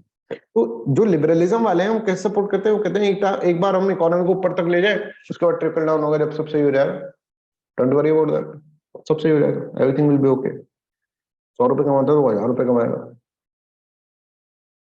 ठीक। तो ये होता है जो, तो लिबरलिज्म वाले बोलते हैं कि मार्केट डिसाइड कर लेगा कि बी के साथ क्या होगा। मार्केट डिसाइड कर लेगा कि गरीब लोगों के साथ क्या होगा, मार्केट अपने आप उसको सही कर देगा, सोशो करो राइट दे देगा, स्टेट तुम्हें जरूरत नहीं है। ये चीज समझ लो थोड़ा सा, जिसका ऑप्शनल है PSIR और वीडू, पॉलिटिकल साइंस का ऑप्शनल है ना, तो उसके अंदर तुम ऑप्शनल में भी इतनी क्लियरिटी में नहीं पढ़ पाओगे। जिस जहां से ऑप्शनल कर रहा हूँ ना, मैं गारंटी देता हूँ वहां पे भी इतनी क्लियरिटी में नहीं पढ़, क्योंकि एग्जाम्पल देते नहीं, सीधे सीधे पढ़ाते हैं, तो उसमें क्या समझ में आया। तो हमें ये समझ में आ गया कि हमारे कॉन्स्टिट्यूशन में इक्वालिटी का मतलब क्या है, ये आप लोगों को समझ में आ गया। Any doubt in this one please ask me. ठीक है, यस अभिषेक प्लीज। सर एक बार ये टर्म समझा दीजिए, सोशियो इकोनॉमिक जब भी बोलते हैं ना किसी के साथ, जैसे सोशियो जोड़ते हैं राइट्स तो। पढ़ेंगे ना, जस्टिस, सोशो इकोनॉमिक, पॉलिटिकल, उस जस्टिस में पढ़ेंगे हम, ठीक है सर, ठीक। अभिषेक, है ना। ठीक है सर। क्योंकि प्रेमबल में लिख रहा है जस्टिस, जब हम पढ़ेंगे justice, socio economic and political, इसको हम लोग बताएंगे।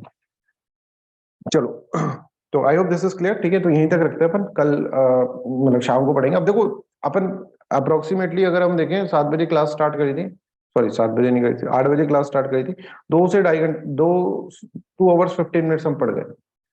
ठीक है, बिल्कुल लोड नहीं आया दिमाग पे, हम देखो तो 2 घंटे ऐसे पढ़ लो तुम किसी क्लास में, ऐसे सर चकराने लग जाएगा तुम्हारा। कोई भी अपन करके देख लो, कोई भी क्लास किसी भी एजुकेटर की, 2 घंटे लगातार बैठ भी नहीं पाओगे। पढ़ाई को इंटरेस्टिंग बनाओ, इसलिए बोल रहे हैं। पढ़ाई को कॉन्सेप्चुअल करो भाई। अपन थोड़ा ना कि अपन ने कोई कहानियां वाने, अपने कितनी सारी चीजें याद कर लिया, आप सोच कर देखो कितना याद कर लिया। 2 घंटे में तो तुम खुद भी याद नहीं कर पाते, वो कॉमेडीज तक याद नहीं कर पाते, भूल जाते अगले दिन, फिर 2 घंटे लगाते हैं। तो चीजों को हमने बहुत स्पीडली अपन इसके अंदर चल रहे हैं, पर बहुत कंसेप्चुअली, ऐसे भाग भी नहीं रहे, पर हम स्पीड में ना है। 2 क्लासेस चल रही है, मोर देन इनफ है। प्लीज ट्राई टू अंडरस्टैंड कि इस चीज को आपको अप्रिशिएट करना चाहिए कि हम बहुत अच्छे लेवल पर, जब तक ये नहीं सोचोगे, जब तक अपने बिलीफ सिस्टम नहीं डालोगे कि हम बहुत अच्छे लेवल पर हम पढ़ रहे हैं, अब आया है पढ़ाई का मजा, ऐसा करके तभी तो जाके एक सिलेक्शन होगा, तभी तो आगे तुम्हारे अंदर मोटिवेशन होगा, सेल्फ मोटिवेशन कैसे डेवलप होगा? ऐसे डेवलप होगा, नहीं तो फिर किसी और के पास जाते रहोगे, संदीप महेश्वरी के पास मोटिवेशनल वीडियो देखते रहोगे। खुद के अंदर से मोटिवेशन आना चाहिए, सेल्फ मोटिवेशन। खुद के अंदर एक इमोशन जनरेट होना चाहिए कि हाँ भाई अब हम सही पढ़ रहे हैं, अब हम राइट डायरेक्शन में, चलो अब पढ़ाई करते हैं। अब कोई बहाना नहीं है हमारे पास, उस इमोशन से एनर्जी आएगा। समझो बात होगा, अगर ये चीज नहीं समझोगे तो that will be very very difficult to, मतलब इतना बड़ा एग्जाम क्लियर करना बहुत दिक्कत हो जाएगा। पॉजिटिव वे के अंदर positive energy is very much required in this examination. Depressed हो कैसे पढ़े मगरमच्छ की तरह, ठीक है, तो वहां और किताब रख रही के ऊपर कि भगवान मेरा क्या होगा, अल्लाह खुदा सबको याद कर रहे हो, तो यार छोड़ जाए, इसके अंदर मंदिर जाके आता है, मंदिर चले जाए, मस्जिद चले गए, ठीक है, क्या है, मतलब पढ़ाई करो तो इंटरेस्टिंग से करो ना भाई, कोई तुम्हारे ऊपर कोई थोप थोड़ा रहा है, तुम जाके नौकरी कर लो, तुम ही तो करो, तुम ही डिसाइड करो ना। यहाँ पर जो भी बच्चा बैठा है वो खुद एक अच्छा 50,000 का नौकरी कर सकता है कि नहीं कर सकता? बिल्कुल कर सकता है, इतना कैपेबिलिटी है तुम्हारे, पर तुम उसको ठोकर मार के आईएएस की प्रिपरेशन करने तुम ही आ रहे हो ना, तो फिर उदासी क्यों आ रहे हो? बिल्कुल जोश के साथ आओ, ठीक है। सब लोग बहुत इंटेलिजेंट पर्सन ही आते हैं ना, आईएएस एस्पिरेंट जो होते हैं वो इंटेलिजेंट लोग ही होते हैं, वो 50-60 हजार की नौकरी तो वो लात मार कर आ गए। तो उसके बाद तुम फिर भी उदास हो, ऐसे मुंह लटका के, ऐसे पढ़ना पड़ रहा है, ये करना है, तो फिर भैया फिर तुम मत पढ़ो, फिर तुम नौकरी कर लो, जोश से पढ़ो, है ना। इमोशंस को एनर्जी में कन्वर्ट करो, that is very important. Emotion positive रखो हमेशा, तभी एनर्जी में कन्वर्ट होंगे। आई कैन बेट यू कि आप अगर बहुत ज्यादा फियर में भी है, एंजाइटी में भी है, डिप्रेशन में, तो भी आप उसको भी एनर्जी की तरह यूज कर सकते हो। आना चाहिए बस, ठीक है। That's all for today's class, thank you so much, bye bye, take care and have a nice day.